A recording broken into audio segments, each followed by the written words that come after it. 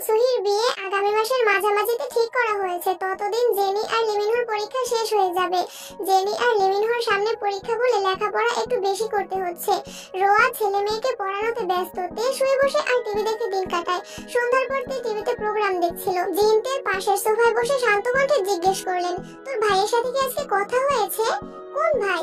জাঙ্কুকের সাথে কি আজকে কথা হয়েছে? আমার সঙ্গে তো কথা হয়নি, সকালে আম্মুর সাথে কথা হয়েছিল।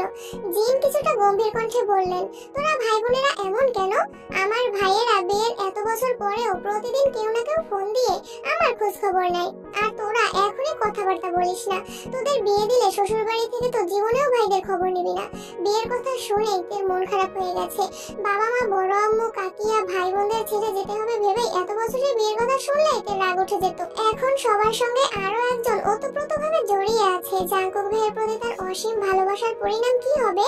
জাঙ্কুক ভাই ছাড়া অন্য কাউকে নিয়ে ভাবতেই পারে না সে। জিন আদেশের সুরে বললেন, জাঙ্কুক একটা কল দে তো। আমি সকালে 11টায় কল দিলাম, বিকেলেও দিলাম, কিন্তু তোর ভাই তো কল ধরছেই না। কল দিয়ে দেখ তো কি করছে। এর পাশ থেকে ফোন নিয়ে জাঙ্কুকের নম্বরে ডায়াল করলো। কয়েকবার রিং হওয়ার পরই রিসিভ হলো। তে তৎক্ষণাৎ বড় আম্মুর দিকে ফোন এগিয়ে দিল। জাঙ্কুক টি বলতেই জিন বলে উঠলেন, সারাদিন কই ছিলি? সকালে কল দিলাম, বিকালেও কল দিলাম। আম্মু কোথায় আছিস? ভুলে ফোন রেখে অফিসে চলে গেছিলাম, মাত্রই রুমে আসছি। ফোন যে রেখে গেছিলি সেটা কি জানানোর দরকার ছিল না? আমি চিন্তায় অস্থির হয়ে যাচ্ছিলাম। আম্মু তোমাকে তো বলেছি আমার জন্য এত চিন্তা করো না। তুমি কখন আসো সেটা বলো। আসছি দুপুরবেলা। হানসুয়ের বিয়ে ঠিক হয়েছে আগামী মাসে। শোন, তোর মামা সহ বাড়ির সবাই কম করে হলেও 100 বার করে বলে দিতে যেন তুই বিয়েতে যাস। সেসব নিয়ে ভাবার সময় আছে। তোমার শরীরের কি অবস্থা? আলহামদুলিল্লাহ সুস্থ আছি। তুই কেমন আছিস বাবা? কবে আসবি? আলহামদুলিল্লাহ ভালো আছি। কবে আসবো এখনো বলতে পারছি না। কেন? তুই আসলেই বলবো। আচ্ছা, তে কোথায়? এখানেই আছে। ফোনটা ওকে দাও তো। নে, তোর ভাই কথা বলবে। এই বলে ফোনটা জিন তের দিকে এগিয়ে দিল। তে কাঁপা কাঁপা হাতে ফোনটা নিল। জাঙ্কুক ভাইয়ের সঙ্গে কথা বলতে গেলে এখনো অস্বস্তিতে ভোগে মেয়েটা। তে ফোন কানে নেওয়ায় জিন উঠে রান্নাঘরের দিকে চলে গেছেন। তে ফোন কানে ধরে শীতল কণ্ঠে সালাম দিল। জাঙ্কুক সালামের উত্তর দিয়ে গম্ভীর কণ্ঠে শুধালো, তুই যে কাজগুলো করিস এগুলো কি বুঝে করিস? কি? তুই যে হুট করে আমার কাছে ফোন দিয়ে দিলে। আমি তো তুই ভেবে কথা বলছিলাম। যদি কিছু বলে ফেলতাম? কি বলে ফেলতেন? সে যাই বলি, এমন কাজ আর কখনোই করবি না। ফোন কাউকে দেওয়ার আগে বলে তারপর দিবি, মনে থাকবে? হ্যাঁ। আগেও কি কল দিয়েছিলি? না। তা কেন দিবি? আমি বাড়িতে না থাকলে তো তোর ঈদ লেগে যায়। নিজের মতো চলতে পারিস, সবকিছু করতে পারিস। তে বিড়বিড় করে বলল, আপনাকে কল দিতে ভয় লাগে। কথাটা শোনা মাত্র জাঙ্কুকের মেজাজ খারাপ হয়ে গেছে। কপাল গুটিয়ে অত্যন্ত পুরু কণ্ঠে বলল, খুব ভালো, আমার মাথা ব্যথা করছে, রাখছি। তে আর কিছুই বলতে পারলো না। জাঙ্কুক কল কেটে দিয়েছে। অষ্টাদশী মন খারাপ করতে চেয়েও করতে পারলো না। 3 দিন পর জাঙ্কুক ভাইয়ের সাথে একটু হলেও কথা হয়েছে।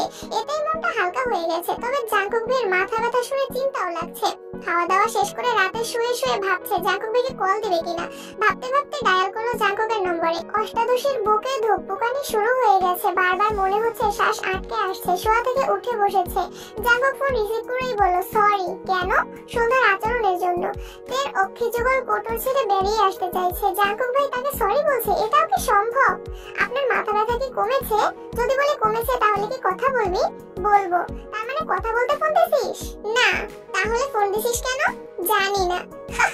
হায় আল্লাহ, এত কনফিউজড। হাসি থামিয়ে জাঙ্কুক স্বাভাবিক কণ্ঠে বলে উঠল, চিন্তা করিস না, খাবার খেয়ে ওষুধ খাইছিলাম, এখন মাথা ব্যথা কমেছে। তুই কি করিস? আমি বসে আছি। খাইছিস? হ্যাঁ। ক্লাসে গেছিলি? জি। জাঙ্কুক ভাই? সেই সুপরিচিত কণ্ঠে জাঙ্কুক বলল, তে চোখ বন্ধ করে এই শব্দটা অনুভব করার চেষ্টা করলো। তারপর ঢোক গিলে নিজেকে সংযত করে প্রশ্ন করলো, আপনি বাসায় আসবেন কবে? জাঙ্কুক নিজের চুল ঠিক করতে করতে বলল, বাসার কেউ তো আমার কথা মনে করেই না, তাই ভাবছি এখানেই থেকে যাব। জাঙ্কুকের কথায় তের অভিমান হলো। তে বিছানা থেকে নেমে ব্যালকনিতে গিয়ে দাঁড়ালো। নিচে রাখা জাঙ্কুকের বাইকটা দেখে মুচকি হেসে বলল, আচ্ছা সাবধানে থাকবেন, দোয়া করি ভালো থাকুন, রাখছি। এই ওয়েট, কিছু বলবেন? কাজ শেষ করতে পারলে পরশু চলে আসবো ইনশাআল্লাহ। কেন এখানে থাকবেন না? সেটা সময় বলে দিবে। আমি মজা করছিলাম, সাবধানে থাকবেন, এখন রাখছি। আচ্ছা, তুইও সাবধানে থাকিস। তে ব্যালকনিতে দাঁড়িয়ে ফোনে জাঙ্কুকের ছবি দেখায় ব্যস্ত। প্রতিটা ছবিতে জাঙ্কুক ভাইকে অসম্ভব সুন্দর লাগছে। এত সুদর্শন কোনো পুরুষ হতে পারে এটা জাঙ্কুক ভাইকে না দেখলে তোর বিশ্বাসই হতো না। জাঙ্কুক ভাইয়ের বলা প্রতিটা কথায় অষ্টাদশের হৃদয়ে দোলা দিচ্ছে। এই কয়েক মাসে জাঙ্কুক ভাই অষ্টাদশের পুরো পৃথিবী দখল করে ফেলেছে। এতগুলো ছবি দেখলো কিন্তু একটা ছবিতেও হাসির ছিটে ফোটাও নেই। অথচ ওই মানুষটা নিজেও জানে না ওনার হাসিটা অষ্টাদশের অতীব প্রিয়। এর মাঝে মাঝে মনে হয় ফুপির মতো আমার জীবনটাও যদি এমন হয়। পরক্ষণেই ভাবে ফুফার মতো জাঙ্কুক ভাই কি কোনোদিন ভালোবাসবে না আমায়। আজ সেই কাঙ্ক্ষিত দিন, জাঙ্কুক ভাই আসবে বলে তে দুপুর থেকে ব্যালকনিতে অপেক্ষা করছে। অথচ জাঙ্কুক ফেরার কোনো নাম গন্ধ নেই। বারবার ফোন হাতে নিচ্ছে কিন্তু কল দেওয়ার সাহস হচ্ছে না। কিছুক্ষণ পর জেনি রুমে আসছে। ও আপু কি করো? তে ব্যালকনি থেকে রুমে ঢুকতে ঢুকতে বলল, এমনি দাঁড়াইছিলাম। তোর হাতে ওইটা কি? আপু জানো আমার এক বান্ধবী এটা দিয়েছে। সুন্দর না? তে হ্যান্ড প্রিন্ট করা টি-শার্টটা হাতে নিয়ে দেখলো। অনেক সুন্দর হয়েছে। তোর বান্ধবী করেছে? না, আমার বান্ধবীর বড় বোন অনলাইন থেকে শিখে নাকি করেছে। আপু চলো না আমরাও শিখি। তোর শিখতে হবে না, সামনে তোর পরীক্ষা না? আমি শিখে তোকে একটা জামা ডিজাইন করে দিবনি। সত্যি আপু? সত্যি সত্যি সত্যি। খুশি? অনেক খুশি। জেনিতের রুম থেকে বের হতে জাঙ্কুকের সাথে দেখা। ভাইয়া কেমন আছেন? ভাইয়া শব্দ শুনে এতে হৃদস্পন্দন বেড়ে যাচ্ছে। তে দ্রুত পায়ে এগিয়ে গেল দরজার দিকে। আলহামদুলিল্লাহ ভালো, তুই কেমন আছিস? ভালো। নিচে তোদের জন্য খাবার রেখে আসছি, যা। জেনি চলে গেছে। তের হাতে জেনির দেয়া টি-শার্টটা ডিজাইন দেখার জন্য রাখছিল। জাঙ্কুক তের দিকে তাকিয়ে পরপর দুবার ভ্রু নাচালো। সহসা তের মুখে হাসি ফুটে উঠেছে। জাঙ্কুক তেকে আপাদমস্তক দেখে কপাল কুঁচকে বলল, হাতে ওটা কি? তে টি-শার্টটা খুলে দেখলো আর বলল, এটা জেনির বান্ধবী জেনিকে দিয়েছে। তো এটা তোর কাছে কেন? আমি হ্যান্ড প্রিন্ট শিখবো। কোথা থেকে? অনলাইনে।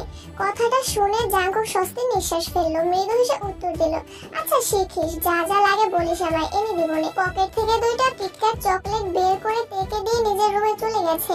তে দরজায় দাঁড়িয়ে জাঙ্কুকের হাঁটার দিকে তাকিয়ে আছে। 2 দিন পর জাঙ্কুকের মামাতো বোন হানসোহির বিয়ে। জাঙ্কুকের মামা দিনে কয়েকবার কল করে ফেলেছেন। বাসায় এসেও সবাইকে বলে গেছেন। জাঙ্কুক সন্ধ্যার দিকে ছাদের একপাশে বসে আছে। সুগা পিছন থেকে ডাকলো, ভাইয়া এদিকে আয়।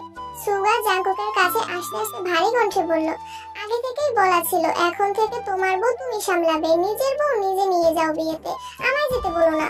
তুই বিয়েতে যাবি না? আমি কিভাবে যাব বলো? সামনে সভাপতি নির্বাচন।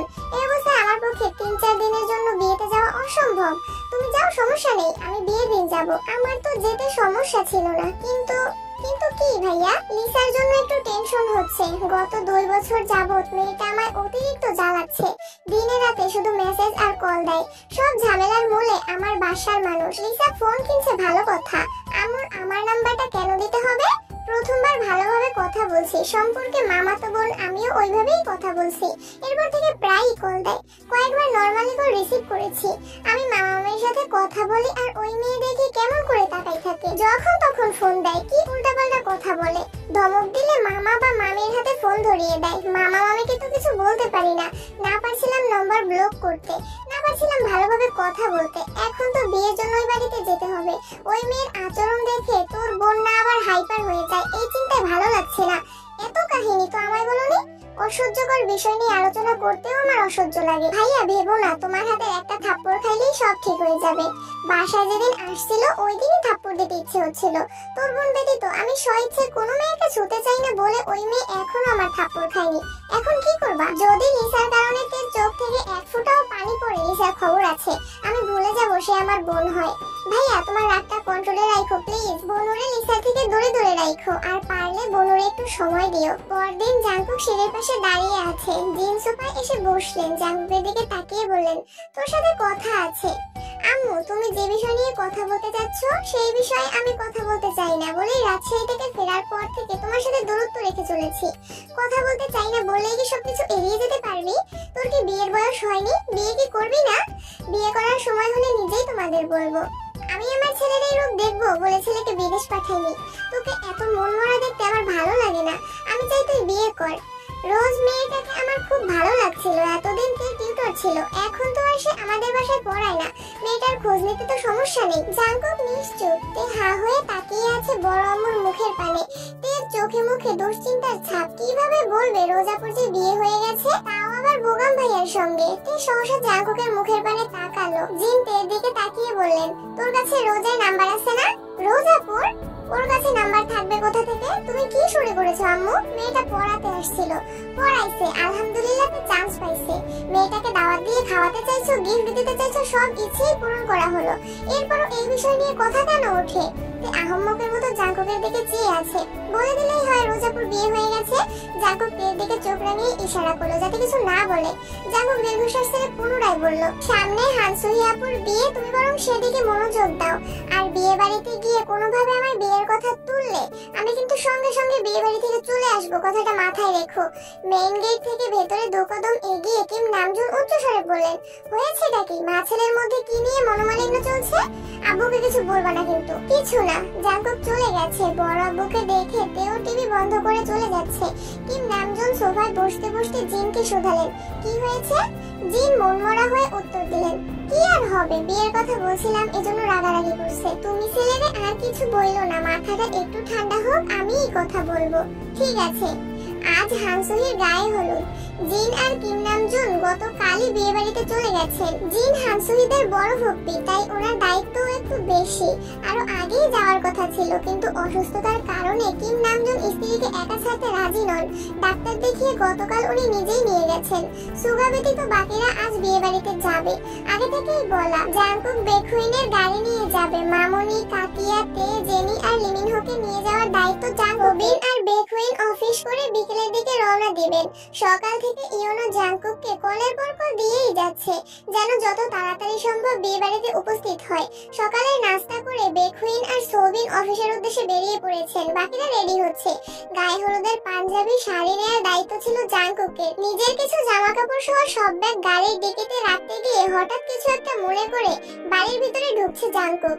জেনি, লিমিনহো, মামুনিরা ততক্ষণে রেডি হয়ে তেকে ডাকতে ডাকতে বেরিয়ে পড়েছেন। আবার কোথায় যাচ্ছিস? ওয়ালেটটা রুমে ফেলে আসছি, তোমরা গাড়িতে বসো, আমি এখনই আসছি। তে রেডি হলো কিনা একটু দেখিস তো। জাঙ্কুক আচ্ছা বলে সিঁড়ি দিয়ে দ্রুত পায়ে উঠে রুম থেকে ওয়ালেট আর একটা জ্যাকেট নিয়ে বের হয়েছে। জ্যাকেটটা পরে ওয়ালেটটা চেক করতে করতে তার দরজা পর্যন্ত এসে ডাকলো, আর কতক্ষণ লাগবে তোর? জাঙ্কুকের কণ্ঠ শুনে তে চমকে ওঠে। ত্রস্ত ঘুরে দাঁড়ালো সে। সঙ্গে সঙ্গে বিছানা থেকে জ্যাকেটটা টেনে গায়ে জড়িয়ে নিয়েছে। তের তাড়াহুড়ো কর্মকাণ্ডে জাঙ্কুক তের দিকে তাকালো। তের গায়ে এমন ভাবে জ্যাকেট জড়ানো দেখে জাঙ্কুক কয়েক সেকেন্ডের জন্য স্থির দৃষ্টিতে তাকায়। তে চিবুক নামিয়ে দাঁড়িয়ে আছে। তে কালো রঙের একটা গাউন পরেছে, সাথে জাঙ্কুকের গিফট করা একটা গর্জিয়াস হিজাবও পরেছে। তেকে দেখতে এত মায়াবী আর মোহময় লাগছে যে জাঙ্কুক দৃষ্টি সরাতেই পারছে না। তেকে আপাদমস্তক দেখে জাঙ্কুক তের আটকে ওঠার কারণটা বোঝার চেষ্টা করলো। যদিও কিছু বুঝতে পারেনি, তবুও জাঙ্কুক চোখ নামিয়ে সরি বলে রুম থেকে বের হতে যাচ্ছিল। জাঙ্কুক ভাই, জেনিকে একটু ডেকে দিবেন প্লিজ। জাঙ্কুক ব্যালকনি থেকে ড্রয়িং রুমে একবার তাকালো, কোথাও কেউ নেই। জাঙ্কুক উচ্চস্বরে জানালো, সবাই বের হয়ে গেছে, জেনিও গাড়ির কাছে চলে গেছে। কোনো সমস্যা? আমি কি কোনোভাবে হেল্প করতে পারবো? তে কি করবে বুঝতে পারছে না। জেনিকে বেশ কয়েকবার ডেকেছে। জেনি আর লিমিনহো হই হুল্লোড় করে বেরিয়ে গেছে, তাই তে ডাক জেনি আর শোনেনি। জাঙ্কুক ভাইকে বলবে কিনা বুঝে উঠতে পারছে না। তাকে নিস্তব্ধ থাকতে দেখে জাঙ্কুক পুনরায় তের রুমে ঢুকেছে। জাঙ্কুক রুমে ঢুকতেই তে আটকে উঠলো। বৃহৎ চোখে তাকালো জাঙ্কুক ভ্রুকুঁচকে প্রশ্ন করলো, কি হয়েছে? তে চিবুক নামিয়ে নিল। তে এখনো জ্যাকেট জড়িয়েই দাঁড়িয়ে আছে। অষ্টাদশের অশান্ত মন কেমন করে কাঁপছে।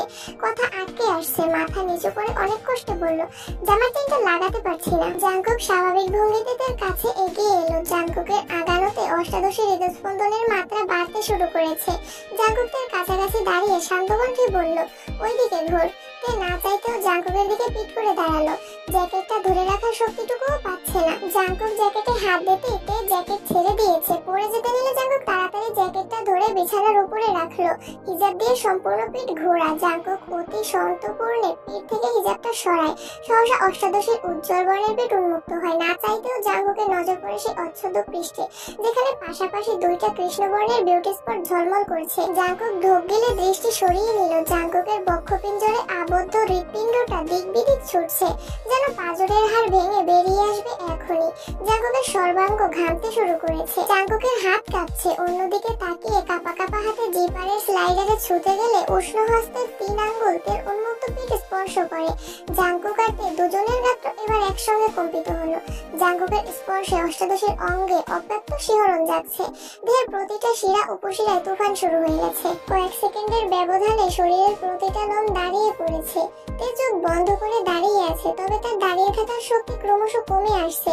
জাঙ্কুক তাড়াহুড়ো করে স্লাইডার টেনে উপরে উঠিয়ে দ্রুত পায়ে রুম থেকে বের হয়ে গেছে। সিঁড়ি দিয়ে নামতে নামতে পরনের জ্যাকেটটা খুলে ফেললো। মনে হচ্ছে সারা শরীর থেকে গরম বাতাস বের হচ্ছে। চোখের সামনে বারবার প্রেয়সীর উন্মুক্ত পৃষ্ঠ ভেসে উঠছে। নিচে এসে চেয়ার টেনে বসে এক নিঃশ্বাসে এক গ্লাস পানি শেষ করলো। দীর্ঘশ্বাস ছেড়ে নিজেকে ধাতস্থ করার চেষ্টা করলো। পকেটে থাকা ফোনটা অবিরত ভাইব্রেশন হচ্ছে। ফোন বের করে কল রিসিভ করলো। ইউনো কল দিয়েছে। কথা বলতে বলতে মেইন গেট পেরিয়েছে। মামনি আর কাকিয়া গাড়িতে বসে আছে। জেনি আর লিমিনহো ছোটাছুটি করছে কে সামনে বসবে সেটা নিয়েই দুই ভাই বোন বিবাদ করছে। জাঙ্কুককে বের হতে দেখেই দুজন শান্ত হয়ে গেছে। অন্যদিকে জাঙ্কুকের প্রস্থানের পরপরই অষ্টাদশী ধপ করে বিছানায় বসে পড়েছে। উন্মুক্ত পৃষ্ঠে জাঙ্কুক ভাইয়ের স্পর্শ অনুভব করতেই বারবার শিহরিত হচ্ছে তার গাত্র। যাও ভেবেছিল জ্যাকেটটা পরবে, কিন্তু এখন মনে হচ্ছে গ্রীষ্মের প্রখর রোদে পড়ছে তার দেহ। কিছুক্ষণের মধ্যে নিচে নামলো তে। জাঙ্কুক গেটে তালা ঝুলিয়ে গাড়ির কাছে আসতেই শুনতে পেল তিন ভাই বোনের কথোপকথন। তিনজনই সামনে বসার জন্য উঠে পড়ে লেগেছে। জাঙ্কুক সেদিকে মনোযোগ না দিয়ে ড্রাইভিং সিটে বসে পড়লো। কি রে, তোরা কি গাড়িতে উঠবি না? শোন, জাঙ্কুক ভাই যেই রাগী, গাড়িতে বসে ঘাড় ঘোরালেই দিবে মাইর। তোরা কেউ সামনে বস, আমি বরং পিছনেই বসবো। তের কথা শুনে জেনি আর লিমিনহো দুজনেই দুজনের দিকে তাকালো। লিমিনহো দৌড়ে এসে মায়ের পাশে বসে পড়েছে। লিমিনহোর পিছন পিছন জেনিও ছুটে এসেছে। আমিও আম্মুর সাথে যাব। কি আর করার, তাহলে তো আমাকেই সামনে বসতে হবে। উপরে উপরে মনমরা ভাব দেখালেও মনের ভিতর তার রাজ্য জয়ের খুশি। তে আপু, তুমিই বরং সামনে বসো। তে যে মনে মনে তাই চাইছিল এটা তো আর তারা জানে না। জাঙ্কুক ভাই গাড়ি চালাবে আর তে পিছনে বসবে, তা হতেই পারে না। গতকাল রাত থেকেই প্ল্যান করে রেখেছে যেভাবেই হোক তাকে সামনে বসতেই হবে। তে মিটিমিটি হেসে গাড়িতে উঠেছে। জাঙ্কুক এতক্ষণ বেখেয়ালি থাকলেও পুরো ঘটনা এসে মনোযোগ দিয়ে শুনেছে। গাড়ির জানালা দিয়ে বাহিরের দিকে তাকিয়ে হাত দিয়ে মুখ ঢেকে মুচকি হাসলো। জাঙ্কুক চাইলেই সবার মধ্যে থেকে সামনে বসাতে বলতে পারতো না। তে যে নিজ থেকে জাঙ্কুকের পাশে বসার চেষ্টা করেছে, এতে জাঙ্কুকের মন প্রশান্তিতে ভরে গেছে। দিনকে দিন তের করা পাগলামিগুলো জাঙ্কুককে তার প্রেয়সীর প্রতি আরো বেশি আসক্ত করে তুলছে। কিমবাড়ির রাজপুত্র আর রাজকন্যা ঢাকা থেকে ত্রিশালের উদ্দেশ্যে যাত্রা শুরু করেছে। জাঙ্কুকের মামার বাড়ি ময়মনসিংহ বিভাগের ত্রিশালে। যানজট পেরিয়ে আসতে অনেকটা সময় লেগে যায়। জাঙ্কুক পুরো মনোযোগ দিয়ে গাড়ি চালাচ্ছে। তে একবার রাস্তার দিকে দেখছে, মাঝে মাঝে আর চোখে জাঙ্কুককেও দেখছে। জাঙ্কুকের দিকে যতবার তাকায় ততবারই বাসার ঘটনার কথা মনে পড়ে যায়। প্রতিবারই অষ্টাদশী লজ্জায় নুয়ে পড়ে। রোয়া আর ইয়ঞ্জন সাংসারিক আলোচনা করতে ব্যস্ত। গাজীপুর চৌরাস্তা পেরিয়ে কিছু দূর যাওয়ার পর জাঙ্কুক গাড়ির কাছ নামিয়ে দিয়েছে। শীতল পরিবেশ, রাস্তার পাশে বিশাল আকৃতির গাছ। তে এক মনে তাকিয়ে সেসব দৃশ্য দেখছে আর আপন মনে কত কি ভাবছে। অষ্টাদশীর অশান্ত মনে ছোটাছুটি করছে কত শত প্রেমময় বার্তা। আচমকা জাঙ্কুক রাস্তার পাশে গাড়ি থামাতেই তে সহ বাকিরাও চমকে উঠে। জাঙ্কুক মামনি আর কাকিয়ার উদ্দেশ্যে বলে, তোমরা একটু বসো, আমি আসছি। 5 মিনিটের মধ্যে একটা শপিং ব্যাগ আর কিছু খাবার নিয়ে গাড়িতে উঠেছে। খাবারগুলো জেনিদের দিয়ে শপিং ব্যাগটা তেকে দিয়ে বলল, এটা রাখ, পরে নিব। দীর্ঘপথ অতিক্রম করে জাঙ্কুকের মামা বাড়িতে পৌঁছালো।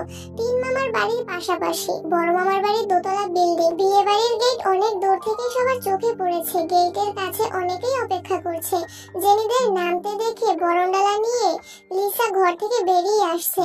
তে বের হতে যাবে এমন সময় জাঙ্কুকের হাত টেনে 1000 টাকার নোট তের হাতে দিয়ে আস্তে করে বলল, বরণ করলে এটা দিয়ে দিস। তেকে কেউ যেন কোনোভাবে কিছু বলতে না পারে, তাই জাঙ্কুক আগে থেকেই চোখ কান খোলা রাখার চেষ্টা করছে। জাঙ্কুকের সামনে লিসা বরণডালা ধরতে জাঙ্কুক বিরক্তি স্বরে বলল, আমার এসব পছন্দ না, বরণ করলে ওদের কর। জাঙ্কুক বরণডালায় টাকা দিয়ে লিসাকে পাশ কাটিয়ে বাড়িতে ঢুকে পড়েছে। লিসা যথারীতি হাসি মুখে বাকিদের বরণ করলো। জাঙ্কুক একটু ভেতরে আসতেই ইউনো দৌড়ে এসে জাঙ্কুককে জড়িয়ে ধরে বলল, কেমন আছো ভাইয়া? আলহামদুলিল্লাহ ভালো, তুই কেমন আছিস? আলহামদুলিল্লাহ অনেক ভালো। কত বছর পর তুমি আমাদের বাড়িতে আসছো, ভালো তো থাকতেই হবে। বাকিরা কোথায় আছে? চলো। ততক্ষণে তেরাও বাড়িতে ঢুকে পড়েছে। জাঙ্কুক বারান্দায় পা রাখতে রাখতে সবার উদ্দেশ্যে সালাম দিল। সালামের উত্তর দিয়ে এক একজন এক এক প্রশ্ন করছে। তাদের মধ্যে একজন বয়স্ক মহিলা বলে উঠলেন, এটা বাবু না? কত বড় হয়ে গেছে, মাশাআল্লাহ। বাবুরে চেনার তো কোনো উপায়ই নাই। উঠান থেকে তে কথাটা শুনে ফিক করে হেসে দিল। জাঙ্কুক ভাইয়ের মতো সুপুরুষ দেহি এত লম্বা চওড়া মানুষকে কেউ বাবু বলে সম্বোধন করেছে, এটা শুনেই হাসি পাচ্ছে। তারপরও নিশ্চিত হওয়ার জন্য মায়ের দিকে তাকিয়ে শুধালো, বাবুকে আম্মু? জাঙ্কুককে ওর নানা বাড়ির মানুষ ছোটবেলা বাবু বলে ডাকতো। উনি তোর বড় আম্মুর চাচি হন। নানু কেমন আছো? আলহামদুলিল্লাহ ভালো আছি, তুমি ভালো আছো নি? আলহামদুলিল্লাহ। বেশ কিছুটা সময় আলাপচারিতা চলল। জাঙ্কুক হানসুইয়ের সঙ্গে দেখা করতে ভেতরে চলে গেছে। হানসুই রুমের সামনে এসে ডাকলো, আপু আসবো? হানসুই জাঙ্কুককে দেখে মিষ্টি করে হাসলো। বিছানা থেকে নেমে জিজ্ঞেস করলো, কেমন আছিস ভাই আমার? কত বছর পর তোকে দেখছি। জাঙ্কুকের উষ্ণতা প্রশস্ত হলো। উত্তরে জাঙ্কুকও বলল, তোমাকেও। আচ্ছা আপু, এই বিয়েতে তুমি খুশি তো? আলহামদুলিল্লাহ, আব্বু আম্মু খুশি থাকলে আমিও খুশি। শুধু একটাই ইচ্ছে, যার কাছে বিয়ে দিচ্ছে সে মানুষটা যেন ভালো হয়। চিন্তা করো না আপু, মানুষ হিসেবে ভাইয়া খুব ভালো, আমি খোঁজ নিয়েছি। তাছাড়া ওনার সাথে আমার দেখাও হয়েছে। ইনশাআল্লাহ তুমি সুখী হবে। তুই দেখা করছিলি? এর মধ্যে জেনি, তে আর লিমিনহো হানসুই আপুকে দেখতে আসছে। হানসুই বরাবরই চাপা স্বভাবের একটা মানুষ, কখনো কারো বাড়িতে বেড়াতেও যায় না, তবে ফোনে প্রায় সবার সাথে কথা হয়। তাছাড়া জিন বেড়াতে আসলে ওনার মুখে বাসার সবার কথাই শুনে, সেভাবেই চিনে সকলকে। জাঙ্কুক ভ্রু কুঁচকে শুধালো, কেন ভাইয়া কি তোমায় বলেনি? কথা বলিনি তো, বিয়ে ঠিক হওয়ার পর একদিন কথা হয়েছিল। আমার কথা বলতে খুব অস্বস্তি লাগে, উনি মাঝে মাঝেই কল দেন কিন্তু আমি রিসিভ করি না। জাঙ্কুক শপিং ব্যাগ আর নিজের পকেট থেকে একটা চিঠি বের করে হানসুই আপুর হাতে দিয়ে বলল, তুমি কথা বলো না বলে তোমার জামাই মাঝ রাস্তায় দাঁড়িয়ে থেকে আমায় দিয়ে পাঠাইছে। এটা পড়ে ওনাকে কল দিতে বলেছে। রাস্তার ওই লোকটা কি আপুর বর ছিল? জাঙ্কুক তের দিকে তাকিয়ে উপনিস মাথা নাড়লো। তে মুচকি হেসে বলল, মাশাআল্লাহ আপু, ভাইয়া কিন্তু অনেক কিউট আছে। হানসুই লজ্জায় আড়ষ্ট হয়ে যাচ্ছে। হানসুই কিছু বলার আগে জাঙ্কুক তেকে উদ্দেশ্য করে গম্ভীর কণ্ঠে বলল, হইছে, তোরা আর পাকনামি করতে হবে না। আপুর হাজবেন্ড আপু বুঝবে, তোরা যা এখন। তে, জেনি আর লিমিনহো রুম থেকে বেরিয়ে যাচ্ছে। জাঙ্কুক পা বাড়াতেই হানসুই জাঙ্কুকের হাতে চিমটি কেটে আস্তে করে বলল, আমার জামাইরে কিউট বলছে, তাতে তোরা তো জ্বলে কেন? কাহিনী কি? কি চলে? তখনই রুমে লিসার আগমন হলো। জাঙ্কুক লিসাকে দেখে থমথমে কণ্ঠে জবাব দিল, কিছু না। ভাইয়া কেমন আছো? ভালো। জাঙ্কুক হানসুই থেকে বিদায় নিয়ে চলে গেছে। জাঙ্কুক ইয়োনোর সঙ্গে থাকবে, তাই গাড়ি থেকে ব্যাগ নামিয়ে ইয়োনোর রুমে গেল। ইয়োনো আর লিসার সম্পর্ক চাচাতো ভাই বোন। তে, জেনি, বইও, ইয়োজাং, ওরা চারজন এক রুমে থাকবে বলে ঠিক করেছে। বইয়ং লিসার আপন ছোট বোন, ইয়োজাং ইয়োনোর ছোট বোন। খাওয়া দাওয়া করে বিকেলের দিকে চার কাজিন মিলে পুরো বাড়ি ঘুরে দেখছিল। বিয়ে বাড়ি মানেই হইচই। বিকেল হতে হতে আত্মীয় স্বজনদের ভিড় জমতে শুরু হয়েছে। তে, জেনি আগেও কয়েকবার এসেছিল, তবে সেসব ছোটবেলার ঘটনা, এখন আর কিছুই মনে নেই তাদের। জাঙ্কুকদের তিন মামার বাড়ি পাশাপাশি হওয়ায় তিনটা উঠান মিলে বাড়ির সামনে বিশাল মাঠের ন্যায় জায়গা। এক পাশে খাবারের ব্যবস্থা করা হয়েছে, আর এক পাশে গায়ে হলুদের স্টেজ করা হচ্ছে। ইয়োনো, জাঙ্কুক এমনকি লিমিনহো স্টেজ সাজানোতে ব্যস্ত। তে জাঙ্কুককে দেখেই থমকে দাঁড়ালো, পা বাড়ালো সেদিকে। তে আপু, কোথায় যাচ্ছ? স্টেজ সাজানো দেখতে। ঘুরবা না? তোমরা ঘুরে আসো, আমি যাবো না। তে আর কোথায় যাবে? তার আবেগের কেন্দ্রবিন্দু তো জাঙ্কুক ভাই। জাঙ্কুক ভাইকে দেখাতে যতটা শান্তি, সেই শান্তি আর কোথাও নেই। তাই তে স্টেজের দিকে এগিয়ে আসলো। ইয়োনো তেকে দেখে জিজ্ঞেস করলো, কেমন আছো তেগুয়া? আলহামদুলিল্লাহ, আপনি কেমন আছেন? আলহামদুলিল্লাহ। তের কণ্ঠ শুনে জাঙ্কুক পেছন ফিরে তেকে দেখলো। চুলগুলো বেঁধে মাথায় ওড়না দিয়ে রেখেছে। জাঙ্কুক লাইটিং সেট করতে করতে শুধালো, খাইছিস কিছু? জি। ইয়োনো দেখে উদ্দেশ্য করে বলল, ভাইয়া কিন্তু এখনো খায়নি, তুমি ভাইয়ার খোঁজ নিলে না কেন? জাঙ্কুক দাঁতে দাঁত চেপে ইয়োনোর দিকে তাকিয়ে বলে, বেশি কথা বললে তো শরীরে তার পেঁচিয়ে দিব। আমি তো জানতাম না। আমি খাইছি। ইয়োনো মজা করছে। জাঙ্কুক ইয়োনেরা কাজ করছে। তে চেয়ারে বসে বসে তাদের কাজ করা দেখছে। কিছুক্ষণ পর বইও, ইয়োজাং আর জেনিও চলে এসেছে। সবাই চেয়ারে বসে গল্প করছে, অথচ তের নজর জাঙ্কুকের দিকে। আশেপাশে কে কি বলছে সেসবে কোনো মনোযোগ নেই তার। স্টেজ সাজানো প্রায় শেষের দিকে। তখন লিসা একটা প্লেটে অনেক রকমের পিঠা নিয়ে আসছে। জাঙ্কুককে ডেকে বলছে, জাঙ্কুক ভাইয়া, তোমার জন্য পিঠা নিয়ে আসছি। লিসার কথায় জাঙ্কুক কোনোরূপ প্রতিক্রিয়া দেখালো না, ফিরে তাকালো না। অথচ তের ঝ্যাট করে রাগ উঠে গেছে। মনে পড়ে গেছে বাসায় জাঙ্কুক ভাইয়ের উপর ঢলে পড়তে যাচ্ছিল এই লিসা আপু। জাঙ্কুক ভাইয়ের প্রতি তখন তীব্র ভালোবাসা অনুভব করতে না পারলেও সেদিন ঠিকই কেঁদেছিল সে। তবে এখন তো সে জাঙ্কুককে ভালোবাসে। জাঙ্কুক ভাই ভালোবাসুক বা না বাসুক, অষ্টাদশী মনে প্রাণে জাঙ্কুককে ভালোবাসে। জাঙ্কুকের আশেপাশে সে কাউকে সহ্য করতে পারবে না। তে ভিতরে ভিতরে রাগে ফুঁসছে। পিঠাগুলো খেয়ে নাও ভাইয়া। আমি খাবো না পিঠা, ওদের দে। হাত দিয়ে তেদেরকে ইশারা করলো। জাঙ্কুকের কথাটা লিসার পছন্দ হয়নি। আকস্মাত ইয়োনো বলল, 3 দিন যাবত এত কাজ করতেছি, আমাকেও তো একটা পিঠা সারতে পারিস। তুই কি বাড়ির মেহমান যে তোকে আলাদা করে পিঠা দিতে হবে? হতে পারেনি বলে কেউ দামই দেয় না। লিসা আর কথা বাড়ালো না, তের হাতে পিঠাগুলো দিয়ে চলে গেছে। পিঠাগুলো সে জাঙ্কুকের জন্য আলাদা করে এনেছিল। নকশি পিঠার সবগুলোই লাভ আকৃতির। পিঠাগুলোর দিকে নজর পড়তে দ্বিতীয় দফায় রাগ উঠে গেল তের। জেনি আর ইয়োজাং এর দিকে পিঠাগুলো দিয়ে বলল, তোরা খা, আমি খাবো না। জাঙ্কুক ইয়োনোর দিকে তাকাতে ইয়োনো জিজ্ঞেস করলো, কি হয়েছে তেউগা, পিঠা খাবে না কেন তুমি? আমাদের বাড়ির পিঠাগুলো কি অপরাধ করেছে যে তুমি তাদের ছুঁয়েও দেখছো না? পিঠা খাবো, তবে এগুলো না। ওই গঙ্কাই, তেউগার জন্য পিঠে নিয়ে আয়। যত জাতের পিঠা ঘরে আছে সবগুলো নিয়ে আসবি। আমি এখন খাবো না পিঠা। গঙ্কাই সেসব পাত্তা না দিয়ে কিছুক্ষণের মধ্যে বড় প্লেট দিয়ে অনেক প্রকারের পিঠা নিয়ে এনেছে, তেকে দিয়েছে। তে না চাইতে দু একটা পিঠা খেয়েছে। জাঙ্কুক লাইটিং এর কাজ শেষ করে তের পাশে চেয়ারে বসেছে। নেন পিঠা খান। জাঙ্কুক দুহাত সামনে গিয়ে বোঝালো হাতে ময়লা, খাবে কি করে? তে ভরিকা ছাড়াই বলল, হাত ধুয়ে আসুন, কষ্ট লাগছে। খাইয়ে দেবো আমি, দিলে খারাপ হয় না। তে কথাটা মজা করে বলেছিল। জাঙ্কুক ভাই যে এভাবে রাজি হয়ে যাবে এটা ভাবেনি। জাঙ্কুকের পছন্দ মতো কয়েকটা পিঠা খাইয়ে দিয়েছে। হঠাৎ জাঙ্কুকের চোখে পড়ে বড় মামার সঙ্গে জাঙ্কুকের আব্বু বাড়িতে আসছেন। জাঙ্কুক তেকে বলে, আর খাবো না, তুই খা। জাঙ্কুক তৎক্ষণাৎ চেয়ার থেকে উঠে স্টেজে চলে গেছে। জাঙ্কুক ভাইয়ের আকস্মাৎ পরিবর্তন দেখে তে ভ্রু কুঁচকে তাকিয়ে রইল। মনে মনে ভাবছে, এবারের সমস্যা কি? মাঝে মাঝে মনে হয় ওনার মতো রোমান্টিক মানুষ এই পৃথিবীতে আর একটাও নেই। আবার মাঝে মাঝে মনে হয় ওনার মতো পাষাণ আর একটাও নেই। উনি এমন কেন? টিম নামজন জেনি আর তেকে দেখে হাসি মুখে প্রশ্ন করলেন, তোমরা কখন আসছো? বড় আব্বুর কণ্ঠস্বরে তের ধ্যান ভাঙে। জেনি স্বাভাবিক কণ্ঠে বলে, দুপুরের দিকে আসছি বড় আব্বু। খাওয়া দাওয়া করছো নাকি শুধু পিঠাই খেতে দিছে তোমাদের?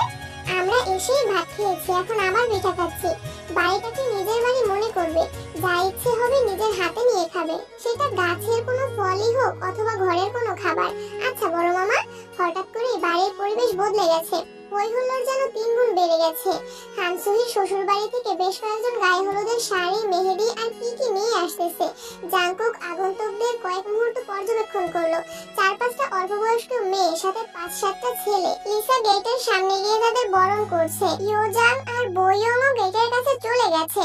জেনি যেতে নিলে জাঙ্কুক ধমক দেয়। জাঙ্কুকের ধমকে জেনির সঙ্গে সঙ্গে তেও কেঁপে উঠেছে। তোরা এখন রুমে যা, মেহমান যাওয়ার আগ পর্যন্ত তোদের এক বোনের ছায়াও যদি আমি দেখি তাহলে খবর আছে বলে রাখলাম। আপুকে হলুদ লাগাবো না, রাতে লাগাস, এখন যা।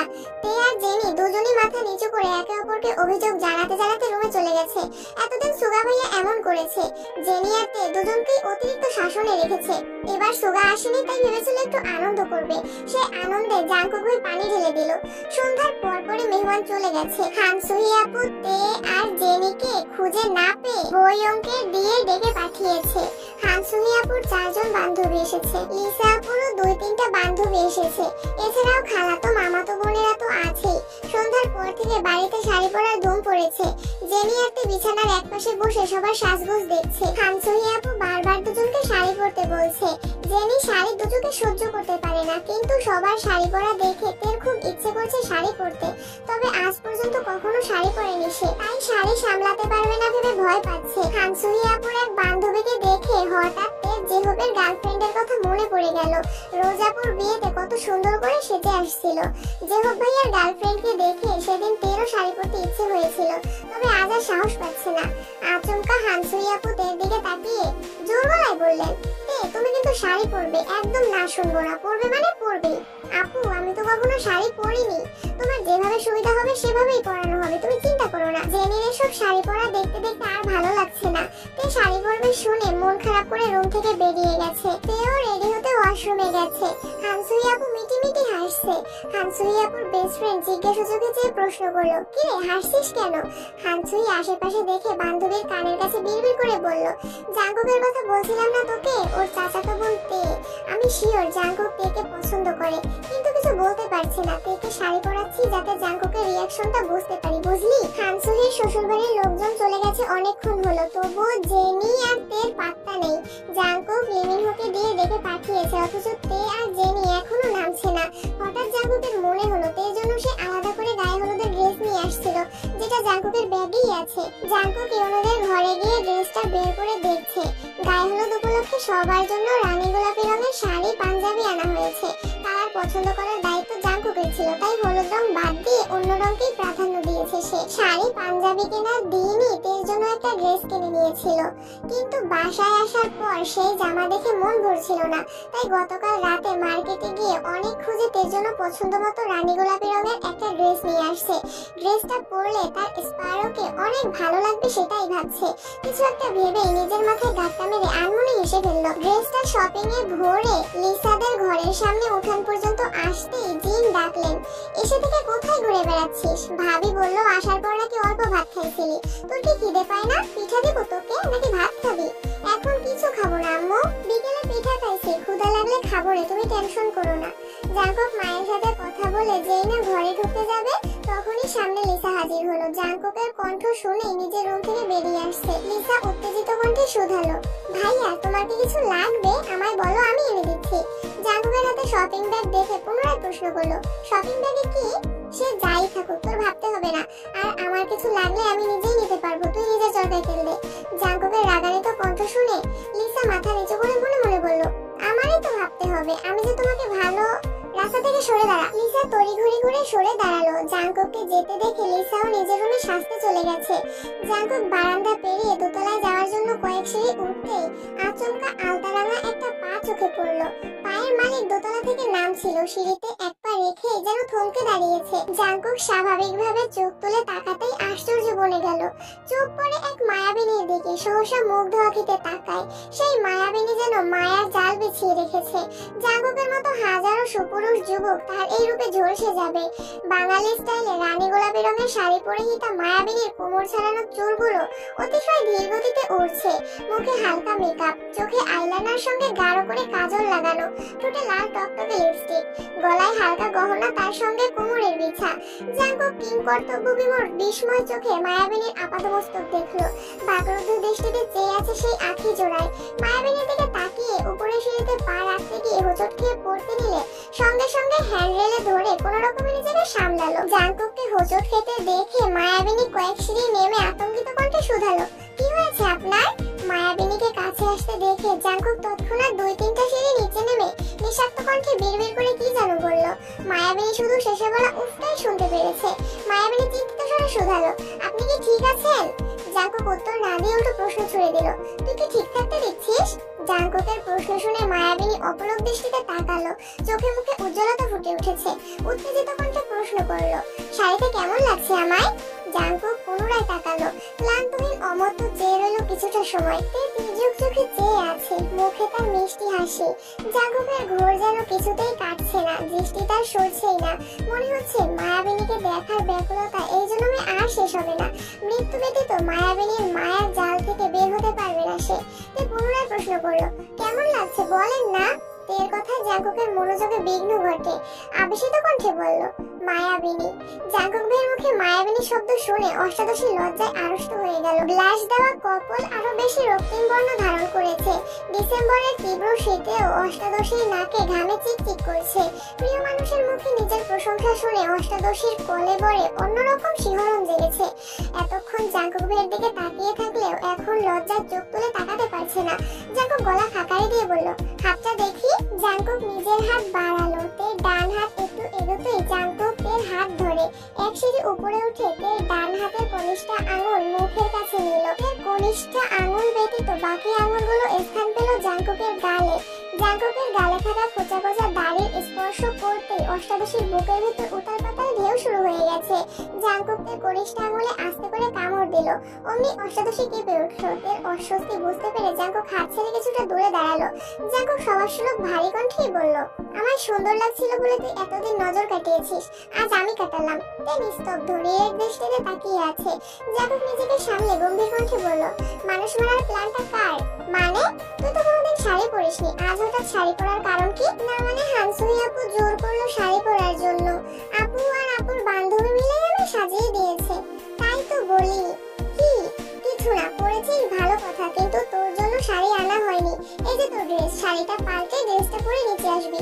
তুই শপিং ব্যাগটা হাতে নিয়ে একটু দেখলো, তারপর মন খারাপ করে বলল, আনা হয়নি মানে? শাড়িটা তো আমার হানসুহি আপুই দিয়েছে, ওখানে তো অনেক শাড়ি ছিল। এত বেশি বুঝিস কেন? শাড়ি বেশি থাকলে কি পড়তে হবে? একটু ধরে পুনরায় বলল, তুই এভাবে স্টেজে গেলে হানসুহি আপুর বদলে সবাই তোকেই হলুদ লাগাতে আসবে। তার থেকেও বড় বিষয়, বিয়ে বাড়িতে এত এত মানুষ, কত বাজে মেন্টালিটির ছেলে আছে, কখন কোন ছেলে কি বলে ফেলবে, তখন তো গাল ফুলিয়ে কান্না শুরু করে দিবি। আমি সুগা না যে সর্বক্ষণ তোকে চোখে চোখে রাখবো। কোনো সমস্যা হলে ঠান্ডা মাথায় সমাধান করব। বাই এনি চান্স কোনো ছেলে উল্টাপাল্টা কিছু বললে তখন আমার হাত উঠে যাবে। আমি বিয়ে খেতে আসছি, মারপিট করতে নয়। তুই কি চাস তোর জন্য আমি বিয়ে বাড়িতে মারপিট করি? না, জাঙ্কুক মোলায়েম কণ্ঠে বলল, যদি বিয়ে বাড়িতে কোনো রকম ঝামেলা না চাস তাহলে এসব মেকআপ তুলে ড্রেসটা পরে সিম্পলি নিচে আসবি। আর যদি মনে হয় সবাই শাড়ি পরেছে তাই তোকেও শাড়ি পরতে হবে, তাহলে এভাবেই যেতে পারিস। Choice is yours. তে আর কিছু বললো না, শপিং ব্যাগটা হাতে নিয়ে সিঁড়ি দিয়ে উঠছে। মন খারাপ হওয়ার বদলে অষ্টাদশীর চোখে মুখে উজ্জ্বলতা ফুটে উঠেছে। জাঙ্কুক ভাইয়ের বলা মায়াবিনী শব্দটা বারবার কানে বাজছে। জাঙ্কুক ভাই যে তাকে নিয়ে চিন্তা করে এটা ভাবতেই তের হৃদয়ে প্রশান্তির হাওয়া বয়ে গেল। জাঙ্কুকের দৃষ্টি তেতেই নিবদ্ধ। আকস্মাৎ বুকে হাত রাখলো, মস্তিষ্কের নিউরনে অবিরাম বাজছে। তোর রূপে এই জাঙ্কুক বিধ্বস্ত, মানসিক টানাপোড়েনে ভুগছে সে। অশান্ত মনকে শান্ত করার কোনো শব্দ খুঁজে পাচ্ছে না। হৃদয়ে গান বাজছে, ये दिल पागल बना बैठे इसे अब तो है समझे दे, देखे तुझमें मेरी दुनिया तो बांझारे। যতক্ষণ অষ্টাদশীকে দেখা যাচ্ছিল জাঙ্কুক ততক্ষণ দুর্বোধ্য দৃষ্টিতে তাকিয়েছিল। অষ্টাদশী আড়াল হতে জাঙ্কুক ধপ করে সিঁড়িতে বসে পড়েছে, হাত দিয়ে চোখ মুখ ঢেকে রেখেছে, বক্ষপিঞ্জরে উতাল পাতাল ঢেউ। তখনই ইউনো আসছে, জাঙ্কুককে সিঁড়িতে বসে থাকতে দেখে চিন্তিত স্বরে শোধালো, কি হয়েছে ভাইয়া, এখানে বসে আছো কেন? জাঙ্কুক চোখ মুখ থেকে হাত সরিয়ে ইউনোর দিকে তাকিয়ে শ্বাস ছেড়ে বলল, ইউনো রে, আমি শেষ। কি হয়েছে বলবা তো? যত দিন যাচ্ছে আমি ওর প্রতি তত বেশি আসক্ত হয়ে যাচ্ছি। মায়াবিনীর মায়া কাটানোর ক্ষমতা যে আমার নেই। মায়া কাটানোর দরকার কি? তুমি তো আমাকে ভালোবাসো, বিয়ে করে নাও, তাহলে এই মায়ার বাঁধনে আরো বেশি শক্ত হবে। তোমাদের দুজনকে পাশাপাশি দেখলে আমার যে কি ভালো লাগে। ভাইয়া, তুমি না বলছিলা যে দেশে আসার 3 মাসের মধ্যে বিয়ে করবা? এখন তো 6 মাস হয়ে যাচ্ছে, বিয়ে করছো না কেন? বিয়ের কথা শুনতে জাঙ্কুকের চোখ মুখে বিষণ্ণতা ছেয়ে গেছে। মামা মামিরা ব্যতীত জাঙ্কুকের ফুপির ঘটনা আর কেউ জানে না। জাঙ্কুকও নিজ থেকে ইউনোকে কিছু বলেনি। জাঙ্কুক সিঁড়ি থেকে উঠে যেতে যেতে বলল, পরিস্থিতি বলতে একটা শব্দ আছে, জানিস তো? আমি এখন পরিস্থিতির অধস্তনে বন্দী। পরিস্থিতি যেদিকে নিয়ে যাবে আমি সেদিকে যেতে বাধ্য। ইউনো কিছু বুঝলো না। জাঙ্কুকে প্রশ্ন করার আগে জাঙ্কুক সেই জায়গা ত্যাগ করলো। আশেপাশে না তাকিয়ে সোজা ইউনোর রুমে চলে গেল। রুমে ঢুকে বিছানায় চোখ বন্ধ করে শুয়ে পড়লো। বক্ষে তার তীব্র কম্পন। পৃথিবীর সবার চোখে অদম্য গৌরগম্ভীর আর শক্তপোক্ত ব্যক্তিটা আজ এক মায়াবিনী রূপে বিধ্বস্ত হয়ে গেছে। এত বছরে বুকের ভিতরে চেপে রাখা অনুভূতিরা যেন খাঁচা ছেড়ে বেরিয়ে আসতে চাইছে। অষ্টাদশী কি করে বুঝবে তাকে এই রূপে দেখে জাঙ্কুকের হৃদয়ে কতটা তোলপাড় চলছে? 20 মিনিট কেটে গেল। জাঙ্কুকের এক হাত মাথায় নিচে, অপর হাত বুকের বাঁ পাশে। আচমকা চোখ মেলে তাকায়, ঠোঁটের কোণে দুষ্টু হাসি। বিছানার পাশে রাখা ফোনটা হাতে নিল। গ্যালারিতে ঢুকে প্রথম ছবিটাতে চাপ দিল। অমনিতে শাড়ি পরা একটা ছবি ভেসে উঠেছে। তের চোখ ফাঁকি দিয়ে কিছুক্ষণ আগেই 2টা ছবি তুলেছিল জাঙ্কুক। সেখান থেকে একটা ছবি সুদীর্ঘ মনোযোগ দিয়ে দেখছে। কাজল কালো চোখ, লজ্জায় লালিত মুখমণ্ডল, ওষ্ঠদয়ে মায়াবী হাসি। জাঙ্কুকের মস্তিষ্কের অশান্ত মন জানান দিচ্ছে মায়াবিনীর মায়াজালে জাঙ্কুকের মৃত্যু নিশ্চিত। জাঙ্কুক ফেসবুকে ঢুকে নিজের টাইমলাইনে একটা পোস্ট করে, মনের বিরুদ্ধে নিজেকে নিয়ন্ত্রণ করার চেয়ে যুদ্ধে শহীদ হওয়া বোধহয় অধিকতর শান্তিপূর্ণ। নিচে ছোট করে লিখেছে, বেস্ট সারপ্রাইজ এভার। জাঙ্কুক পুনরায় তার শাড়ি পরা ছবিটা বের করেছে। এক দৃষ্টিতে তাকিয়ে আছে সে। আকস্মাৎ ফোনের যান্ত্রিক আওয়াজ বেজে উঠল। সুগা কল করেছে। জাঙ্কুক রিসিভ করতেই ওপাশ থেকে উদ্বিগ্ন কণ্ঠ ভেসে এলো, ভাইয়া তুমি ঠিক আছো? বলো ঠিক আছে তো? তোর বোন বোধহয় সিদ্ধান্ত নিয়েই নিছে, আমার না মেরে থামবে না। কেন, কি হয়েছে? বলো কি করেছে? রাগে বকা দাওনি তো আবার? তোর বনু এমন রূপে আমার সামনে আসছে, ধমক দাও বহুদূর। আমি তো, তুমি তো কি? বনু কোন রূপে আসছে? তুই না আমার সম্বন্ধী হস, ছোট বোনের প্রেমালাপ শুনতে চাস, লজ্জা লাগে না তোর? আচ্ছা সরি, তোমরা ঠিকঠাক থাকলেই হলো। তোমাদের দুজনকে একসাথে পাঠিয়ে এখন টেনশনে আমার হাত পা ঠান্ডা হয়ে যাচ্ছে। তোমার স্ট্যাটাস দেখে আরো বেশি ভয় লাগছিল, তাই তাড়াতাড়ি কল দিলাম। কিছুক্ষণ আগে হানসুহি আপুও কল দিয়েছিল আমায়, যাইনি বলে রাগারাগি করছে। আমি বলছি সকাল সকাল চলে আসবো। আচ্ছা সাবধানে থাকিস, আর আসার সময় আমার বাইকটা নিয়ে আসিস। আচ্ছা। রাখছি। ভাইয়া শোনো। হ্যাঁ বল। বোনের সাথে রাগ দেখিও না প্লিজ। এখন রাগ দেখানোর অবস্থায় আমি নেই। তোর বোনকে নিয়ে পালাইয়া না যাই এই টেনশনে আছি। রাখছি। জাঙ্কুক কল কেটে ওয়াশরুম থেকে হাত মুখ ধুয়ে আসছে। সুগা আহাম্মকের মতো বসে আছে। বোনু কি করেছে? ভাইয়ার কি হয়েছে? কি বললো? সব যেন এলোমেলো হয়ে যাচ্ছে। জাঙ্কুক ভাইয়া পরিবারের জন্য এত দৃঢ় সংকল্প নিয়ে হুট করে পালিয়ে যাওয়ার কথাই বা কেন বলছে? ভাইকে কল দিয়েও লাভ নাই। মাঝে মাঝে সুগা ভাবে ভাইয়ার সম্বন্ধী না হয়ে শালা হলেই ভালো হতো। মজার ছলেও অন্ততপক্ষে ভাই কিছু বলতো, যাতে ভাইয়ের মনোভাব বুঝতে পারতো সে। জাঙ্কুক কিছুক্ষণের মধ্যে রেডি হয়ে বের হয়েছে। রানী গোলাপি রঙের পাঞ্জাবি পরায় আর জাঙ্কুকে অন্যরকম সুন্দর লাগছে। সাদা, কালো আর ধূসর রঙের ভিড়ে উজ্জ্বল বর্ণটা জাঙ্কুককে বেশ মানিয়েছে। প্যান্ডেলে ঢুকতে গিয়ে আশেপাশে তাকিয়ে দেখলো তে কোথাও নেই। জেনি, বইয়ং আরো কয়েকজন মিলে গল্প করছে। তে কোথায়? জেনি আশেপাশে তাকাচ্ছে, ধীরে কণ্ঠে বলল, আপুকে তো দেখছিলাম নিচে আসছিল, এখন তো দেখছি না। রুমে গিয়ে দেখে আসবো ভাইয়া, তোর যেতে হবে না। জাঙ্কুক দুপা এগোতেই ইয়োনো ছুটে আসছে, আতঙ্কিত কণ্ঠে বলল, ভাইয়া এতক্ষণে আসছো তুমি? তোমার তেওগা তো সেজেগুজে নিচে আসছিল। ওই নিয়ে লিসা আর ওর দুই বান্ধবী কথা বলছিল। কি কথা বলেছে তা তো শুনি নাই, কিন্তু দেখলাম তেওগা মুখ গোমরা করে উপরে চলে যাচ্ছে। তখন আব্বু চাচা আমায় ডেকে নিয়ে গেছে। কিছু প্রয়োজনীয় জিনিস আনার দরকার ছিল। তাড়াহুড়োতে রুম পর্যন্ত যেতে পারছিলাম না। ফোনটা রুমে চার্জে রেখে আসছি, তাই জানতেও পারছিলাম না। কাজ শেষে দৌড়ে আসছি। যে ভয়টা পাচ্ছিলাম। জাঙ্কুক ঝড়ের গর্জনে তেদের রুমে গেছে। রুমে কেউ নেই। বিছানার উপরে শাড়ি, কসমেটিক্স এলোমেলো পড়ে আছে। জাঙ্কুক আশেপাশের 2-3টা রুম চেক করলো, কোথাও কেউ নেই। হঠাৎ ছেলের দিকে নজর পড়তেই ছুটলো সেদিকে। ছাদ জুড়ে ঝলমল করছে লাল, নীল আর সবুজ রঙের আলো। তার এক পাশে তে দাঁড়িয়ে আছে, হাতে একটা গাছের ডাল, যেটা দিয়ে ছাদের রেলিংয়ে অবিরত আঘাত করছে। তে ড্রেস পরে নিচে নামতে চোখ পড়ে লিসা আপু আর তাদের বান্ধবীদের দিকে। তারা কোনো বিষয় নিয়ে গভীর আলোচনায় মগ্ন। তে সেসবে পাত্তা না দিয়ে দুপা এগোতেই কানে আসে, জাঙ্কুক ভাইয়ের সাথে আমার 2 বছর যাবত ফোনে কথা হয়, প্রায় ভিডিও কলে কথা হয়। আমি যে ওনাকে ভালোবাসি এই কথাটা এখনো বলিনি। আজকে সুযোগ পেলে ভাইয়াকে বলে ফেলবো। ওরা আমায় বুদ্ধি দেয় কিভাবে বললে উনি সঙ্গে সঙ্গে রাজি হয়ে যাবেন। কথাগুলো কানে আসতেই তে স্তব্ধ হয়ে গেছে। দাঁতে দাঁত চেপে ধরলো। ক্রোধে কপালের শিরাগুলো দৃশ্যমান হয়ে গেছে। তার চোখ মুখ রক্তাভ হয়ে উঠেছে, দাঁত কিরমির করছে। জাঙ্কুক ভাই লিসাপুর সাথে কথা বলে এই কথাটা অষ্টাদশীর মনে চরমভাবে আঘাত করছে। রাগে গজগজিয়ে ছাদে চলে গেছে। রাতটা আসলে কার উপর উঠেছে সেটা নিজেও বুঝতে পারছে না। লিসা আপুর আচরণ ভালো লাগেনি, এর জন্য লিসা আপুকে আগে থেকে সহ্য করতে পারে না। অথচ জাঙ্কুক ভাই ভাবতে বক্ষস্পন্দন থমকে গেল। রাগে ফুঁসছে আর ভাবছে, এতগুলো বছরে একটা বারও আপনি আমার সঙ্গে কথা বলেননি। এখন জোর করতে পারলে তখন কেন জোর করে আমার সাথে কথা বলেন না? যদি কথা নাই বলবেন তাহলে লিসা আপুর সাথে কেন কথা বলেছেন? তাহলে কি আপনি? এটুকু ভেবেই থেমে গেল।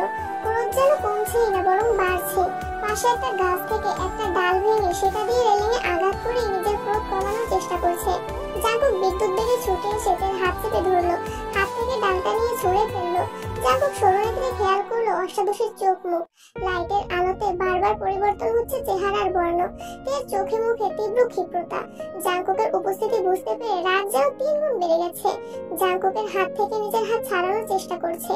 কোথাও কেটেছে কিনা জাঙ্কুক সেটা দেখার চেষ্টা করছে। অথচ তে নিজের সবটুকু শক্তি দিয়ে হাত সরানোর চেষ্টা করছে। তের এমন কাণ্ডে জাঙ্কুক অগ্নি চোখে তাকিয়েছে। ধমক দিতে গিয়েও থেমে গেল।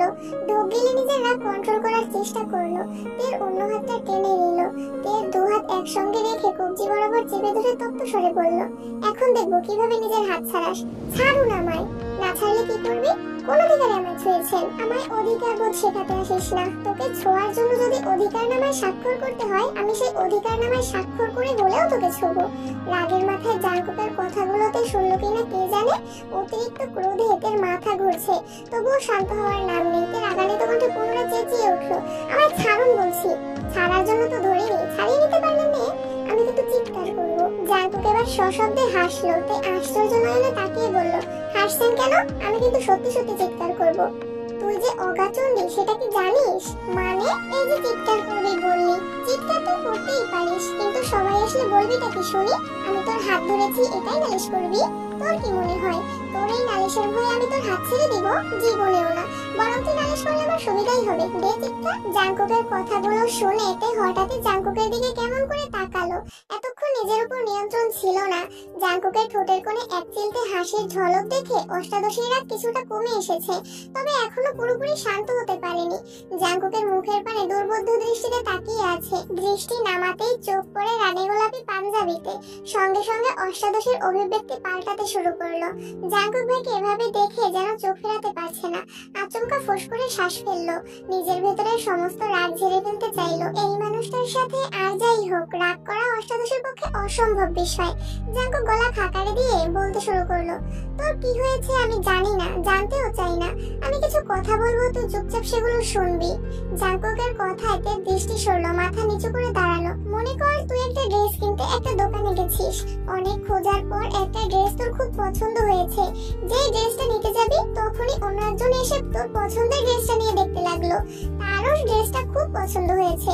তখন তুই কি করবি? ড্রেসটা হাসি মুখে তাকে দিয়ে দিবি, নাকি শক্ত গলায় বলবি এই ড্রেসটা আমি নিব? যদি অভিমান করে তোর পছন্দের জিনিসগুলো মানুষকে দিতে থাকিস, পরে একটা সময় দেখবি তোর আশেপাশে প্রিয় জিনিস বলতে কিচ্ছু নেই। তুই মনোযোগ দিয়ে কথাগুলো শুনলো। জাংকুক তার হাত ছেড়ে স্বাভাবিক কণ্ঠেই বলল, আমাদের আশেপাশে এমন অনেক ঘটনা ঘটে যেগুলো দেখেও না দেখার মতো করে চলতে হয়। যদি আমরা সেগুলোকে পাত্তা দেই তাহলে আমাদের জীবন ধ্বংস। অনিশ্চিত জীবনে যতদিন বাঁচবি ততদিন নিজেকে নিয়ে বাঁচার চেষ্টা করবি। আমি নিতে যাচ্ছি, 10 মিনিটের মধ্যে ফ্রেশ হয়ে নিচে আসবি। জাংকুক দীর্ঘ পা ফেলে সিঁড়ির কাছে গিয়ে আবার পিছন ফিরে তাকালো। উচ্চস্বরে বলল, মাই ডিয়ার স্প্যারো, সবকিছু চাইলেই পেয়ে যাবেন এমনটা নাও হতে পারে। প্রয়োজনে কিছু জিনিস আদায় করে নিতে হয়। জাংকুক চলে গেছে। তের ঠোঁট কামড়ে দাঁড়িয়ে আছে। মাথায় ঘুরছে জাংকুক ভাইয়ের বলা শেষ কথাটা। প্রয়োজনে কিছু জিনিস আদায় করে নিতে হয়। তের রাগ, অভিমান, মন খারাপের কারণগুলো এক মুহূর্তেই পালিয়েছে। জাংকুক ভাই যেন অষ্টাদশীকে ইনডিরেক্টলি তাকে বুঝিয়ে দিয়েছে জাংকুক ভাইয়ের ভালোবাসা আদায় করে নিতে হবে। সহসা তের ঠোঁটে হাসি ফুটেছে। এই হাসিতে কোনো খাদ নেই, মনের ভেতর নেই কোনো অভিযোগ। তে দ্রুত রুমে গিয়ে ফ্রেশ হয়ে অন্তহীন পায়ে ছুটতে ছুটতে নিচে নামলো। তের ছোটাছুটি দেখে ইয়ঞ্জুন বিরক্ত হয়ে বলেন, এভাবে দৌড়াচ্ছিস কেন? পড়ে গেলে পায়ে ব্যথা পাবে তো। আমার কিচ্ছু হবে না। দৌড়ে বেরিয়ে আসে ঘর থেকে। আখি জোড়া কাউকে খুঁজছে। হঠাৎ চোখে পড়ে প্যান্ডেলের দিকে। একটা বেঞ্চে জাংকুক ভাই বসে আছে। পিছনের সাইড দেখা যাচ্ছে। তে চুলগুলো দেখেই চিনতে পেরেছে।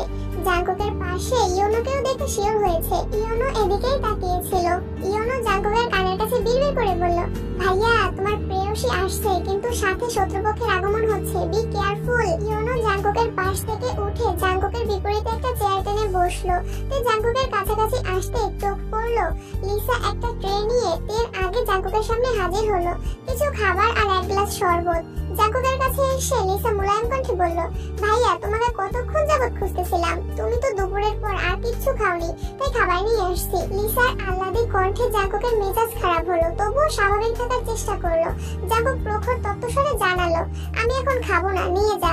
তের রাগ ক্রমে ক্রমে বেড়েই চলেছে। গাল ফুলিয়ে জাংকুকের থেকে কিছুটা দূরে জাংকুকের মুখোমুখি এসে দাঁড়ালো। সামনে থেকে জাংকুককে দেখছে, অথচ জাংকুক কারো দিকেই তাকাচ্ছে না। খাবারটা খেয়ে নাও প্লিজ। জাংকুক রাগান্বিত কণ্ঠে কিছু বলতে যাবে, তার আগেই তে জাংকুকের কাছাকাছি দাঁড়ালো। ঝুঁকে জাংকুকের মুখোমুখি হলো। তেকে কাছে আসতে দেখে জাংকুক একটু পিছিয়ে গেল। তে আচমকা জাংকুকের বুকের উপর বোতামটা লাগাতে লাগাতে বলল, পাঞ্জাবি তো পরেছিনি ঠিকই, বোতামগুলো ঠিক মতো লাগাতে পারেননি। বোতাম লাগিয়ে তাকালো মাথায়। এক মুহূর্তের ব্যবধানে চুলে হাত দিল। দুহাতে চুলগুলো ঠিক করতে করতে বলল, ইস, চুলগুলো এলোমেলো করে ফেলেছেন। আমি না থাকলে যে আপনার কি হবে এটাই ভেবে পাই না। জাংকুক অবিশ্বাস্য দৃষ্টিতে তেকে দেখছে। নিজেকে নিয়ন্ত্রণ করতে নিম্নাষ্ট কামড়ে ধরলো। চোখে মুখের বিস্ময় যেন সরছেই না। তিনি যে এমন কাণ্ড করবে এটা জাংকুক কল্পনাতেও ভাবতে পারেনি। তের কাণ্ডে স্তব্ধ হয়ে গেছে জাংকুক।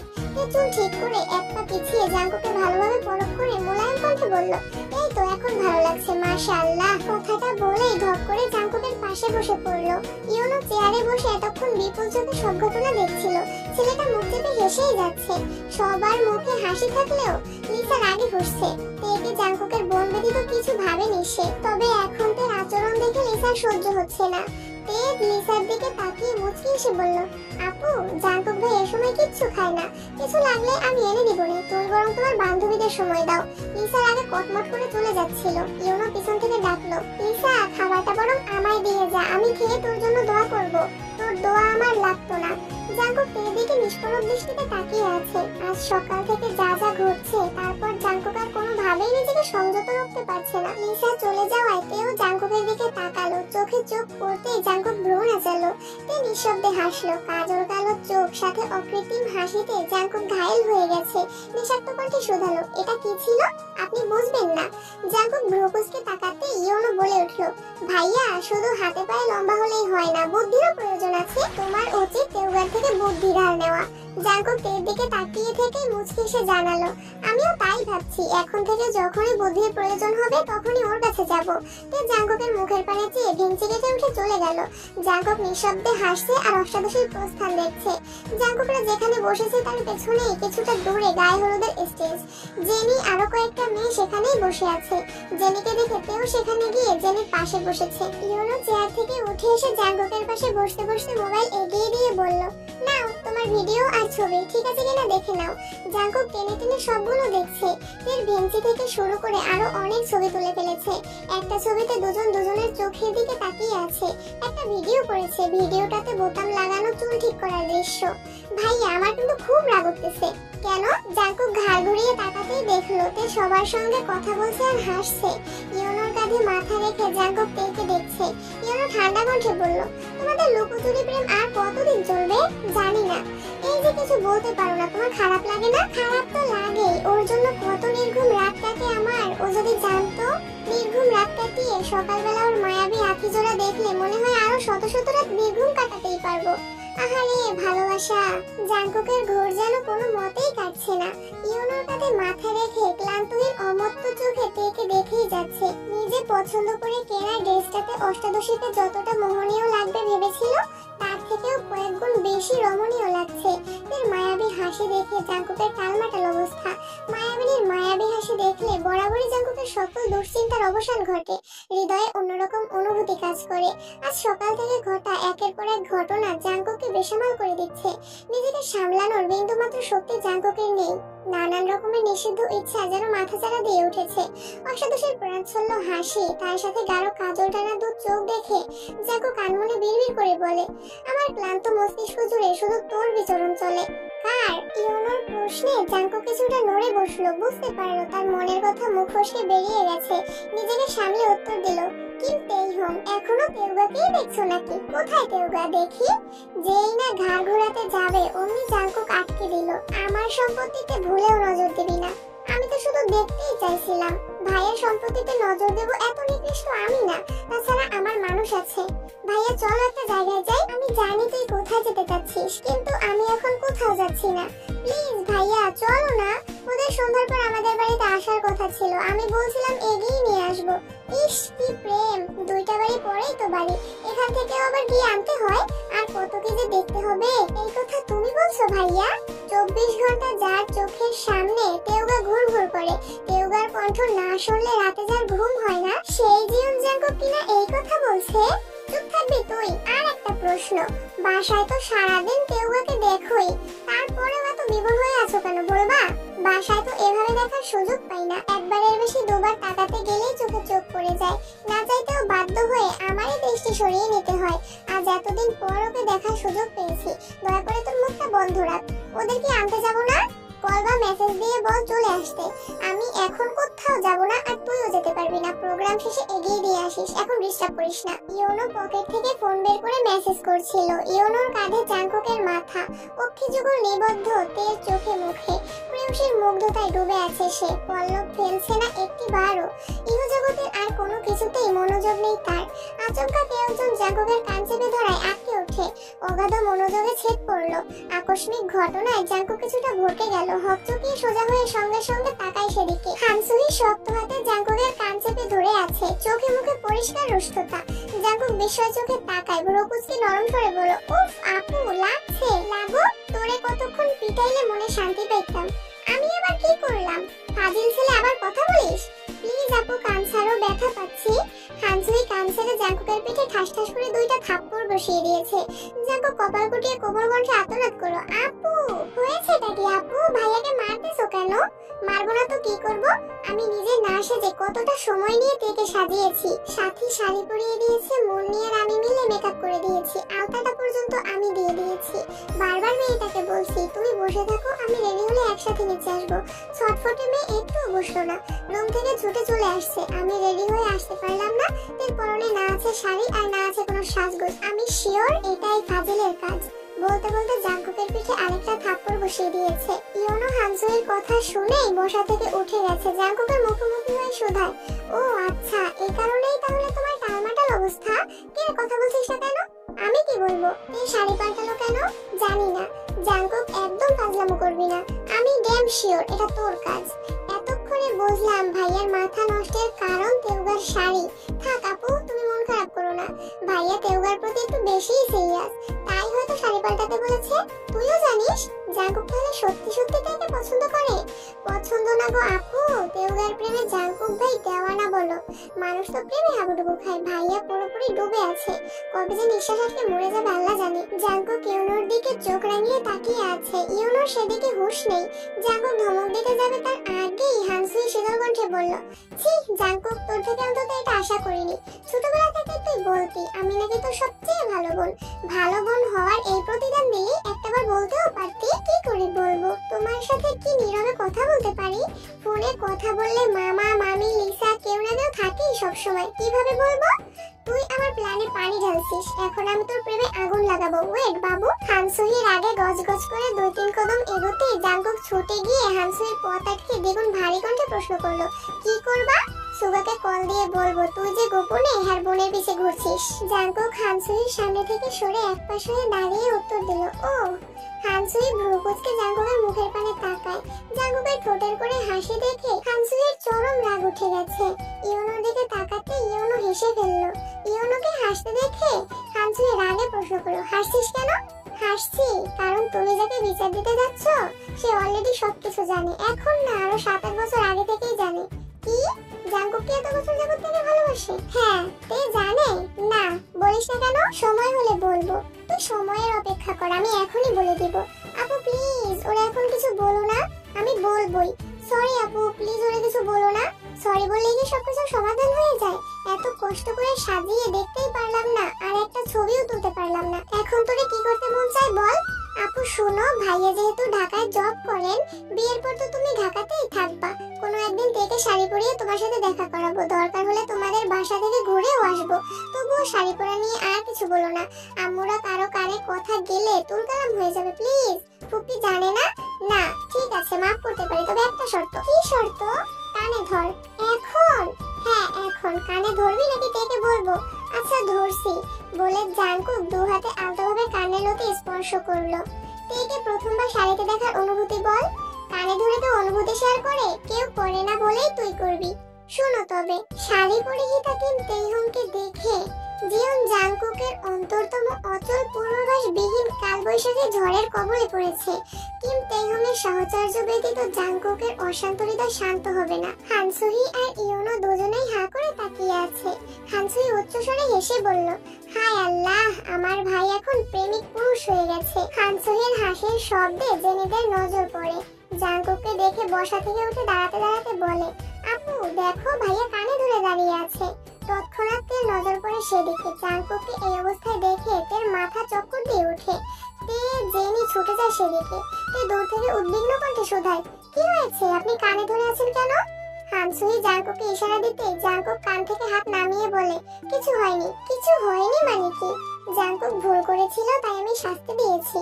ভাইয়া কি ভুল করছিল সেটা তোমাদের বলা যাবে না। এই বলে হানসুহি চলে গেছে। তে জাঙ্কুকের মুখের পানে চেয়ে চিন্তিত স্বরে জিজ্ঞেস করলো, কি করছিলেন আপনি? ভাইয়া ছোট একটা ভুল করেছিল তাই আপু শাস্তি দিয়েছে, তুমি টেনশন করো না। এই কথা শুনে তে ঠিক করে হেসে উঠলো। হাসছিস কেন?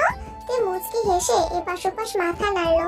জেনির হাত ধরে হাসতে হাসতে চলে গেছে। জাঙ্কুক কপাল গুটিয়ে প্রেয়সীর গমন পথে চেয়ে আছে। তে চিন্তান্বিত চেহারার হঠাৎ পরিবর্তনের কারণ জাঙ্কুকের মাথায় ঢুকছে না। হানসুহিকে স্টেজে বসানো হয়েছে, প্যান্ডেলে আত্মীয়ের সগামন। এরই মধ্যে দুটো অল্প বয়স্ক মেয়ে শাড়ি পরে বাড়িতে ঢুকেছে। ইয়োনো এক পলক তাকিয়ে জাঙ্কুকের কানে ফিসফিস করে কি যেন বলে সেদিকে চলে গেছে। লিসা আর ওর বান্ধবীরা কয়েকটা ছেলের সাথে হেসে হেসে কথা বলতে ব্যস্ত। ছেলেগুলো লিসারই বন্ধু। জাঙ্কুক তীক্ষ্ণ দৃষ্টিতে চারপাশ পর্যবেক্ষণ করছে। তে চেয়ারে বসে হানসুহির সঙ্গে ছবি তুলছে আর সেগুলো জেনিকে দেখাচ্ছে। মাঝে মাঝে দুই বোন সেলফিও তুলছে। ইয়োনো গেটের কাছে গিয়ে একটা মেয়ের সঙ্গে একটু কথা বলেই সরে গেছে। লিমিনহো ছুটে এসে জেনিকে টেনে নিয়ে কোথায় চলে গেল। এই সুযোগে জাঙ্কুক লোকজনের ভিড় পেরিয়ে তের পেছনে দাঁড়িয়ে তের মাথায় গাঁটটা মারে। আকস্মিক ঘটনায় তে আটকে ওঠে। পিছনে ফিরে জাঙ্কুককে দেখে কিছুটা স্বাভাবিক হয়। তখন হাসছিলি কেন? এমনি কেউ হাসে না, কারণ বল। আপনাকে শাস্তি দেওয়ার মানুষ আছে দেখেই হাসি পাচ্ছিল। তার মানে আমি শাস্তি পেলে তুই খুশি? আমি এই কথা কখন বললাম? সব কথা বলতে হয় না, তোর মনের কথা চোখে স্পষ্ট ভাসতেছে। আপনি চোখের ভাষা বুঝেন? জি। সবার? জি না, তোর মতো তারছিরা মানুষের মনের কথা বোঝার ক্ষমতা আল্লাহ আমায় দিয়েছেন। আমি তারছিরা? কি মনে হয়? আমি মোটেই তারছিরা না। সেসব পরে দেখা যাবে। মামি খাওয়ানোর জন্য ডেকে গেছে। জেনি লিমিনহোকে নিয়ে তাড়াতাড়ি আয়। লিসা আর ওর বান্ধবীরা দূর থেকে জাঙ্কুকের কথোপকথন শোনার চেষ্টা করছিল। স্টেজ থেকে হানসুহিও জাঙ্কুককে দেখছিল। হানসুহির মুখে মিষ্টি হাসি। হানসুহি আর জাঙ্কুকের বয়সের পার্থক্য মাত্র 1 বছর হওয়ায় দুই ভাই বোনের মধ্যে ছোট থেকেই বন্ধুত্বপূর্ণ সম্পর্ক। মামাবাড়িকে কেন্দ্র করে জাঙ্কুকের শৈশবের অনেকখানি স্মৃতি জড়িয়ে আছে। মামাবাড়ির সবচেয়ে কাছের মানুষ ছিল হানসুহি। ইয়োনো একটু বড় হওয়ার পর থেকে ইয়োনোর সঙ্গেও খুব ভালো সম্পর্ক হয়েছে। বাকিদের সঙ্গে তেমন আন্তরিকতা নেই।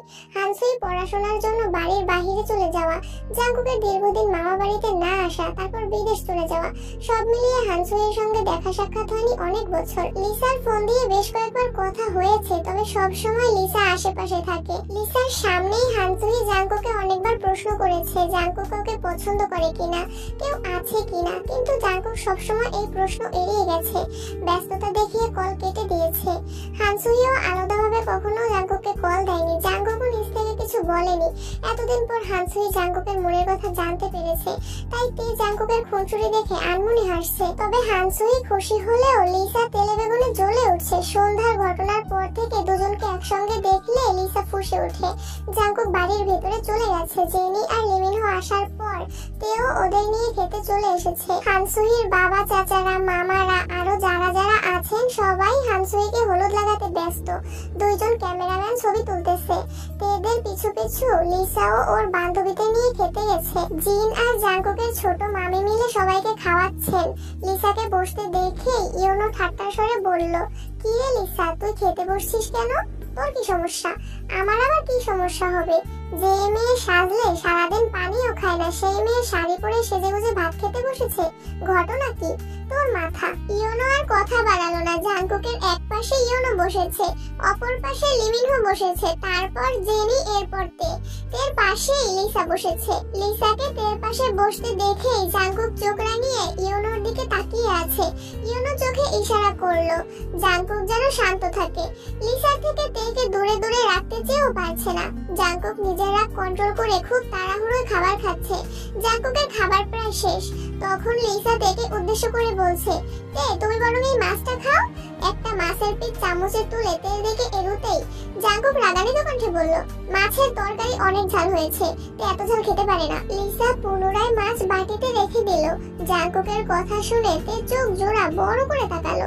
অষ্টাদশের খাওয়া বন্ধ হয়ে গেছে, তে এত ঝাল খেতে পারে না, এটা জাঙ্কুক ভাই মনে রেখেছে ভেবেই অষ্টাদশের মন খুশিতে ভরে গেছে। তে চিবুক নামিয়ে লাজুক হাসলো। জাঙ্কুক ভাইয়ের প্রতি ভালো লাগা ক্রমশ বেড়েই চলেছে। তেকে খাওয়ানোর দায়িত্ব তোকে দেওয়া হয়নি, তোর যতটুকু কর্তব্য ততটুকুই করিস, এর বাহিরে কোনো প্রকার ভালোবাসা দেখানোর প্রয়োজন নেই। জাঙ্কুক রাগে কটমট করে রুম থেকে বেরিয়ে পড়েছে। রাগটা পুরোপুরি প্রকাশ করতে পারছে না, আবার গিলতেও পারছে না। খাবার মধ্যে সুগা 5-7 বার কল দিয়ে ফেলেছে। সুগার সাথে কথা বলে নিজের ভেতরের ক্ষোভ প্রকাশ করেছে। সুগাও ঠান্ডা মাথায় ভাইকে বোঝাচ্ছে। আচমকা জাঙ্কুকের সামনে তে দাঁড়াতেই জাঙ্কুকের কথা বন্ধ হয়ে গেছে। ক্ষোভের পরিবর্তে জাঙ্কুকের চোখে মুখে মুগ্ধতা প্রতীয়মান হচ্ছে। মায়াবিনীর মায়াবী মুখ দেখলে জাঙ্কুকের ক্রোধ যেন নিমিষেই বিলীন হয়ে যায়। জাঙ্কুক উঠে যাওয়ায় তে তাড়াহুড়ো করে খাবার খেয়ে ছুটে এসেছে। জাঙ্কুক ভাইয়ের অপ্রকাশিত ভালোবাসা বেশ ভালোই বুঝতে পারছে সে। জাঙ্কুকের নিরুত্তর থাকতে দেখে সুগা কয়েকবার হ্যালো হ্যালো বলছে। কয়েক মুহূর্ত পর জাঙ্কুক নিজেকে ধাতস্থ করে বলল, এখন রাখছি, পরে কল দিব। ভাইয়া কল দিয়েছিল? হ্যাঁ। ভাইয়া কি রাতে খেয়েছে? হ্যাঁ। তুই কি জন্য এসেছিলি? আপনাকে দেখতে। মানে? আপনার শীত লাগছে কিনা দেখতে আসছিলাম। ঠিক আছে, চলে যাচ্ছি। জাঙ্কুকের তীক্ষ্ণ দৃষ্টিতে তে লজ্জায় আড়ষ্ট হয়ে যাচ্ছে, নিজের প্রতি রাগ হচ্ছে। মুখ ফসকে সবসময় সত্যি কথাই কেন বের হয়? তে কপাল চাপড়াতে চাপড়াতে স্টেজের দিকে চলে গেছে। তেকে দেখে হানসুই হাতে ইশারা করলো স্টেজে যাওয়ার জন্য। ঘন্টা দুয়েক গায়ে হলুদের প্রোগ্রাম চললো। স্টেজের আশেপাশে ছবি তোলার জন্য বেশ কিছু সোফা তার আশেপাশে ফুল দিয়ে সাজিয়ে রাখা হয়েছে। সেখানেই সকলে দল বেঁধে ছবি তুলছে। সবার হলুদ ছোঁয়ানো শেষে নাচের প্রোগ্রাম শুরু হয়েছে। বইয়ং, লিসা, লিসার বান্ধবীরা সবাই গায়ে হলুদের গানে অনেক সুন্দর নেচেছে। ছেলেদের মধ্যেও বেশ কয়েকজন নেচেছে। সবার শেষে 10 জন ছেলে স্টেজে উঠেছে। সবার পরনে রানী গোলাপি পাঞ্জাবি। সবাই এক গানে নাচছে। তে সামনের দিকে চেয়ারে বসে সেই নাচের ভিডিও করছে, কারণ 10 জনের কেন্দ্রবিন্দু হলো জাঙ্কুক। সবাই নিজেদের মতো নাচলেও জাঙ্কুককে স্টেজে উঠানো যায়নি। হানসুহি আপু আর ইয়োনোর জোড়াজোড়িতে জাঙ্কুক শেষমেশ সবার সাথে নাচতে রাজি হয়েছে। টানা 3টা গানে 10 জন একসঙ্গে পারফর্ম করেছে। জাঙ্কুক স্টেজ থেকে নেমে একটা চেয়ারে বসতে বসতে তেকে বলল, একটু পানি নিয়ে আসবি প্লিজ? এখনই আনছি বলে তে হুটোপুটি করে পানি আনতে চলে যায়। পানির গ্লাস নিয়ে আসতে আসতে দেখে লিসা জাঙ্কুককে পানির বোতল সারতেছে। তে গ্লাস হাতে মাঝপথেই দাঁড়িয়ে পড়েছে। জাঙ্কুক ঘাড় ঘুরিয়ে উচ্চস্বরে বলল, পানি কি দিবি? এটা ভালো পানি, খাও। তে কয়েক পা এগিয়ে জাঙ্কুকের কাছে আসতেই জাঙ্কুক হাত বাড়িয়ে পানির গ্লাস নিতে নিতে বলল, বোতল দিয়ে পানি খাই না আমি। লিসা রাগে গজগজ করে চলে যাচ্ছে। যতবারই জাঙ্কুকের কাছে যেতে চায় জাঙ্কুক ততবারই লিসাকে অবহেলা করে, দূরে সরিয়ে দিচ্ছে। এটা লিসার একদমই সহ্য হচ্ছে না। তের প্রতি এত কেয়ার সহ্য করতে পারছে না সে। আপনি এত ভালো ডান্স করেন, জানতাম না তো। সময় হলে আরো অনেক কিছু জানতে পারবেন ম্যাডাম। অবাক লোচনে জাঙ্কুকের দিকে তাকিয়ে আছে। প্যান্ডেলের আনাচে কানাচে মানুষের ভিড়। শীতের রাত বলে প্রোগ্রাম তাড়াতাড়ি শেষ করা হয়েছে। মেহেদি দেওয়ার জন্য পার্লার থেকে 3 জন মেহেদি আর্টিস্ট আনা হয়েছে। হানসুহি রুমে চলে যাওয়ায় পাড়া প্রতিবেশীরাও যে যার মতো বাড়িতে চলে যাচ্ছে। এত মানুষের ভিড়েও দুজোড়া চোখ একে অপরকে দেখছে। উভয়ের তপ্ত দৃষ্টি তোলপাড় চালাচ্ছে উভয়ের হৃদয়ে। হৃদস্পন্দনের মাত্রা তীব্র হচ্ছে। দুজনের আঁখি যুগল জড়িয়ে আছে মোহময়তায়। হঠাৎ ফোন ভাইব্রেশন হওয়ায় জাঙ্কুকের দুর্ভেদ্য চাহনিতে ছেদ পড়ে। স্ক্রিনে তাকাতে ইয়োনোর নাম চোখে পড়ে। ঘাড় ঘুরিয়ে ইয়োনোর হাস্যোজ্জ্বল মুখ দেখে জাঙ্কুক পুনরায় তের দিকে তাকায়। তে তখনও গভীর মনোযোগের সঙ্গে জাঙ্কুককে দেখছে। জাঙ্কুক তের চোখের সামনে 2 আঙুলে তুড়ি বাজিয়ে তের ঘোর কাটানোর চেষ্টা করলো। তুড়ির শব্দে তে নড়ে ওঠে। সম্বিত ফিরতেই তে লাজুক হাসলো। সে কল্পনায় জাঙ্কুক ভাইয়ের সঙ্গে কাপড় ডান্স করতেছিল। জাঙ্কুক তুড়ি বাজিয়ে রোমান্টিক মুহূর্তটা নষ্ট করে ফেলেছে। তেকে হাসতে দেখে জাঙ্কুক কপাল গুটিয়ে বলল, কি হলো? তে জেদ দিয়ে কপাল ভিজালো। দীর্ঘ এক নিঃশ্বাস ছেড়ে ডাকলো, জাঙ্কুক ভাই। আপনি মানুষটা খুব তেতো। তের কথায় জাঙ্কুকের তীক্ষ্ণ দৃষ্টিতে তাকালো, কিন্তু কোনো প্রতিক্রিয়া দেখালো না। মুচকি এসে আশেপাশে তাকিয়ে ভাবলেশীন জবাব দিল, তেতে হয়ে যেই বিপদে আছি, মিষ্টি হলে না জানি কি হতো। এর অষ্টদয় আরো প্রশস্ত হলো। জাঙ্কুক ভাই ঠিকই বলেছেন। জাঙ্কুক ভাইয়ের অ্যাটিটিউড দেখে লিসা আপু এমপির মেয়ের মতো না জানি আরো কত মেয়ে পাগল। লিসা আপুর আচরণে মনে হয় জাঙ্কুক ভাই তার সম্পত্তি। ভাবতেই আচমকাতে হাসি গায়েব হয়ে গেছে। মুখ ফুলিয়ে শ্বাস টেনে বিড়বিড় করে বলল, জাঙ্কুক ভাই শুধুই আমার, আর কারো না। জাঙ্কুক তীক্ষ্ণ দৃষ্টিতে তের হঠাৎ পরিবর্তন দেখছে। এর যে ক্ষণে ক্ষণে কি হয়ে যায় এটা ভেবেই জাঙ্কুক ক্লান্ত। আসার পর থেকেই মেয়েটাকে চোখে চোখে রাখছে। তারপরও কি যে হয়। বাসায় থাকলে জাঙ্কুক কখনোই এতটা সময় তেকে দিতে পারতো না। বিয়ে বাড়ি আত্মীয় পরিপূর্ণ। তাছাড়া ইয়োনো আর ওর বন্ধুরা জাঙ্কুককে অনেক দিকে সাহায্য করছে। মামারা বা জাঙ্কুকের বাবা কোনো কাজে জাঙ্কুককে খুঁজতে গেলে ইয়োনোর বন্ধুরাই সেই কাজ করে দিচ্ছে। জাঙ্কুককে ডাকার সুযোগই দিচ্ছে না তারা। ইয়োনো দুদিকে নজর রাখছে। জাঙ্কুক গলা খাকারি দিয়ে ডাকলো, এই যে। এর নজর পড়লো জাঙ্কুকের চোখে। কোনো উত্তর দিল না। জাঙ্কুক রাশভারী কণ্ঠে বলল, অনেক রাত হয়ে গেছে, আর টলটল করতে হবে না। কুয়াশার মধ্যে বাইরে ঘুরে ঠান্ডা লাগবে। প্রোগ্রাম তো শেষই, এখন রুমে যান। আপনি কি করবেন? আমার কাজ আছে। রাত অনেক হয়েছে, আপনারও টলটল করা উচিত হবে না। জাঙ্কুক প্রশস্ত নেত্রে তাকাতেই তে ছুটে পালালো সেখান থেকে। জাঙ্কুক ঘাড় ঘুরিয়ে তাকিয়ে আছে, সহসা স্বভাবসিদ্ধ হাসে। জাঙ্কুকের প্রতি তের ভয় ভীতি যেমন কমছে তেমনি বাড়ছে মেয়েটার দায়িত্ববোধ। প্রেয়সীর অল্প স্বল্প যত্ন দেখে জাঙ্কুক বেশ বিস্মিত হয়। মন খারাপের জায়গায় ভিড় করে একরাশ মুগ্ধতা।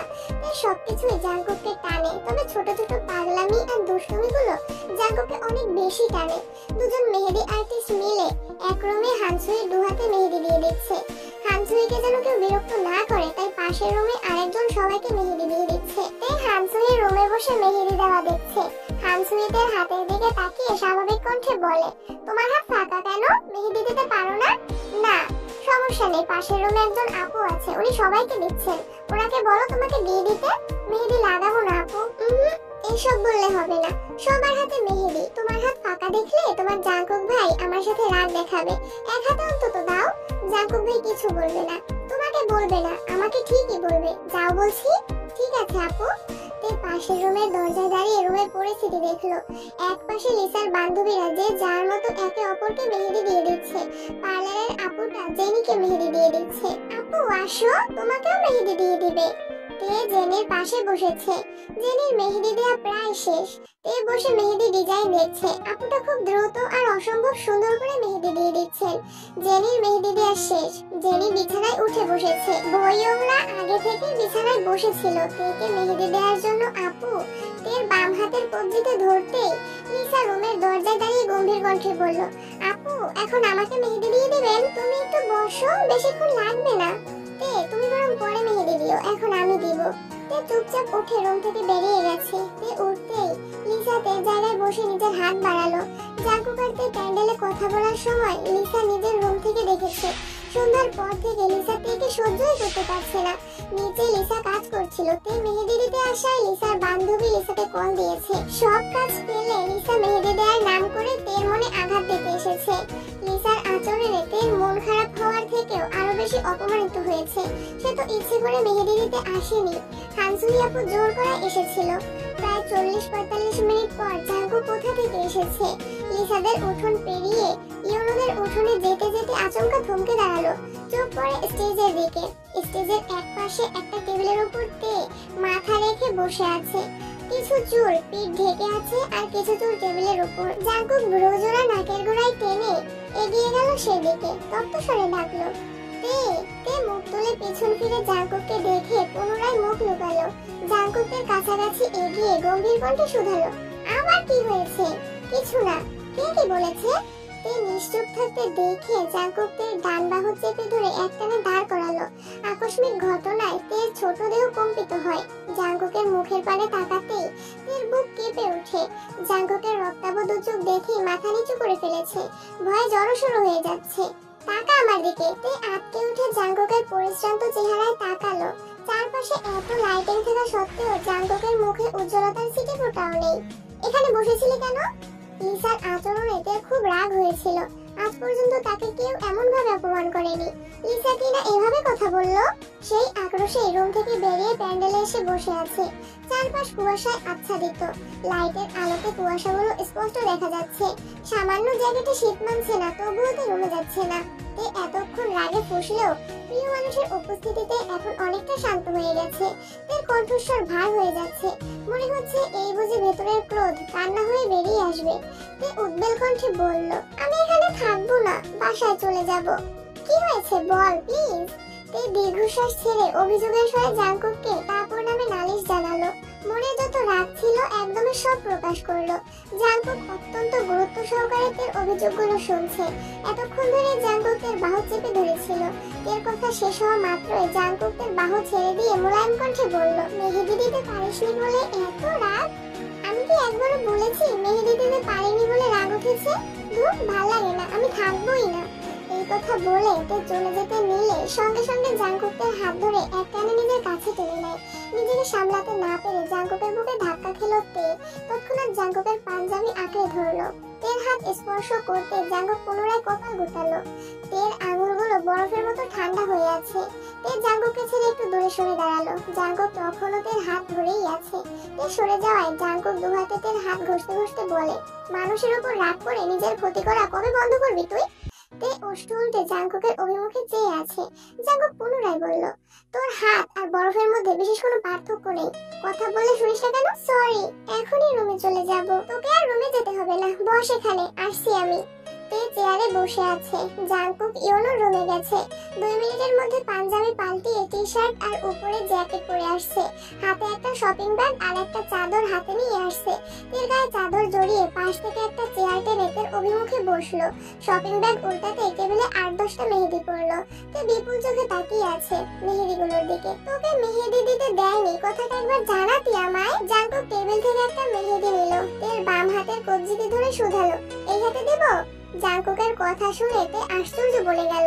অবিশ্বাস্য দৃষ্টিতে তাকিয়ে আছে। গলা খাকারি দিয়ে আস্তে করে বলল, জাংকুক ভাই, আপনি মেহেদিও দিতে জানেন? হয়তো আর্টিস্টদের মতো সুন্দর হবে না, কিন্তু চেষ্টা করতে পারি। অবশ্য তুই যদি না চাস তাহলে দেব না। তে তখনও অভিভূত হয়ে গেছে। জাংকুক ভাই মেহেদি দিয়ে দিবে, এটা অষ্টাদশী কল্পনাও করতে পারছে না। তে উচ্চারিত কণ্ঠে বলল, আপনার যেভাবে ইচ্ছা সেভাবেই দেন। জাংকুকের হাত ধরে কাঁপা কাঁপা হাতে মেহেদি দিয়ে দিচ্ছে। আর তে অপলক দৃষ্টিতে সেই দৃশ্য দেখছে। জিনের হঠাৎ নজর পড়ে স্টেজের কাছে জাংকুক তে বসে আছে। উনি কৌতূহল বশত এগিয়ে যান সেই দিকে। কাছাকাছি যেতে চোখে পড়ে জাংকুক তের হাতে মেহেদি দিয়ে দিচ্ছে। ততক্ষণে মেহেদি দেওয়া প্রায় শেষ দিকে। জিন হাসি মুখে বললেন, আলহামদুলিল্লাহ। মায়ের কণ্ঠ শুনে জাংকুক আটকে ওঠে। তের মনোযোগেও বিঘ্ন ঘটে। দুজনেই জিনের দিকে তাকায়। জিনের হাস্যোজ্জ্বল মুখ দেখে তে জাংকুক দুজনেই স্তব্ধ হয়ে আছে। জিন পুনরায় বললেন, আমি তো এই জাংকুককেই দেখতে চাইছিলাম। বোনের প্রতি এতটা টান কোথায় ছিল এতদিন? কাকামণি আর চাচু কখন আসছে? কিছুক্ষণ আগেই আসছে, খাওয়া দাওয়া করে শুয়ে পড়েছে। কত বছর পর মেহেদি দিতে নিছিস বলতো জাংকুক? মনে নেই। তে একবার বড় আম্মুর দিকে তাকাচ্ছে, আবার জাংকুকের দিকে। বড় আম্মুর কথার মানে বোঝার চেষ্টা করছে তে। জিন তাকে উদ্দেশ্য করে বলল, জানিস তে, ছোটবেলায় জাংকুক মেহেদি না দিয়ে দিলে তুই যে কি কান্না করতিস। আমি? হ্যাঁ তুই। জেনি তখন কোলে ছিল। ঈদের সময় আশেপাশের বাসার বাচ্চাদের হাতে মেহেদি দেখে তুই বাসায় এসে কান্না করতিস। তখন তো এত পার্লারও ছিল না। আমি, তোর মা, কাকিয়া কেউই মেহেদি দিতে পারতাম না। বাধ্য হয়ে জাংকুকই তোরে মেহেদি দিয়ে দিত। জেনিকেও কয়েকবার দিছে, তবে তোকে বেশি দিয়ে দিয়েছে। না মানে আমার কিছু মনে নেই কেন? জন্মের পর থেকে 6-7 বছরের ঘটনা কারোরই মনে থাকে না। কিন্তু তোরা তো ঠান্ডায় এখানে বসে আছিস কেন? আম্মু, তোমার ভাইয়ের মেয়েকে সাবধান করে দিও। কে, লিসা? হ্যাঁ, লিসা আবার কি করেছে? লিসা তেকে অপমান করেছে। তেকে ওদের বাড়িতে দাওয়াত ছাড়া আসছে। যাতা ব্যবহার কেন করবে? এরকম আচরণ যদি আর একবার করে আমি কিন্তু ওর খবর করে ছাড়বো। লিসাকে আমি বুঝিয়ে বলবো। দাঁড়া, তোর মামনি আর কাকিয়াকে ডেকে আনি। ওদের দেখায় আমার ছেলেটা ঘরমুখো হয়ে যাচ্ছে। জিন দ্রুত পায়ে বাড়ির দিকে চলে গেছেন। এদিকে লিসা দুহাতে মেহেদি দিয়ে প্রতিটা রুমে রুমে তেকে খুঁজছে, অথচ তে কোথাও নেই। জিনকে ঘরে ঢুকতে দেখে লিসা প্রশ্ন করলো, কি হয়েছে ফুপ্পি, এত তাড়াহুড়োয় কোথায় যাচ্ছ? জাংকুক তের হাতে মেহেদি দিয়ে দিচ্ছে। এই দৃশ্য দেখার জন্য আমার 2 জাকে ডাকতে যাচ্ছি। জিন চলে গেছেন। কথাটা লিসার কাটা গায়ে নুনের ছিটের মতো লেগেছে। দ্রুত বারান্দায় গিয়ে দাঁড়ায়। ঘন কুয়াশার মধ্যেও চোখ পড়ে তে জাংকুকের দিকে। নিজের উপর এখন আরো বেশি রাগ হচ্ছে। জাংকুক তেকে মেহেদি দিয়ে দিচ্ছে, এটা কোনো স্বাভাবিক বিষয় নয়। সে যদি তের সাথে এই আচরণ না করতো তাহলে জাংকুক আর তে কাছাকাছি আসতো না। জাংকুকও তেকে মেহেদি দিয়ে দিত না। রাগে লিসার চোখ মুখ জ্বলছে। রুমে ঢুকে ঠাস করে দরজা বন্ধ করে দিয়েছে। বড় আম্মু যাওয়ার পর থেকে তে জাংকুককে দেখেই যাচ্ছে, পলকও ফেলছে না। জাংকুক তড়িঘড়ি করে মেহেদি দিচ্ছে। তে কিছু বলতে চেয়েও বলতে পারছে না। মনের ভেতর এক রাশ মুগ্ধতা। জাংকুক ভাই ছোটবেলা নিজের হাতে থেকে মেহেদি দিয়ে দিত, এটা ভেবে আর মনে হাসছে।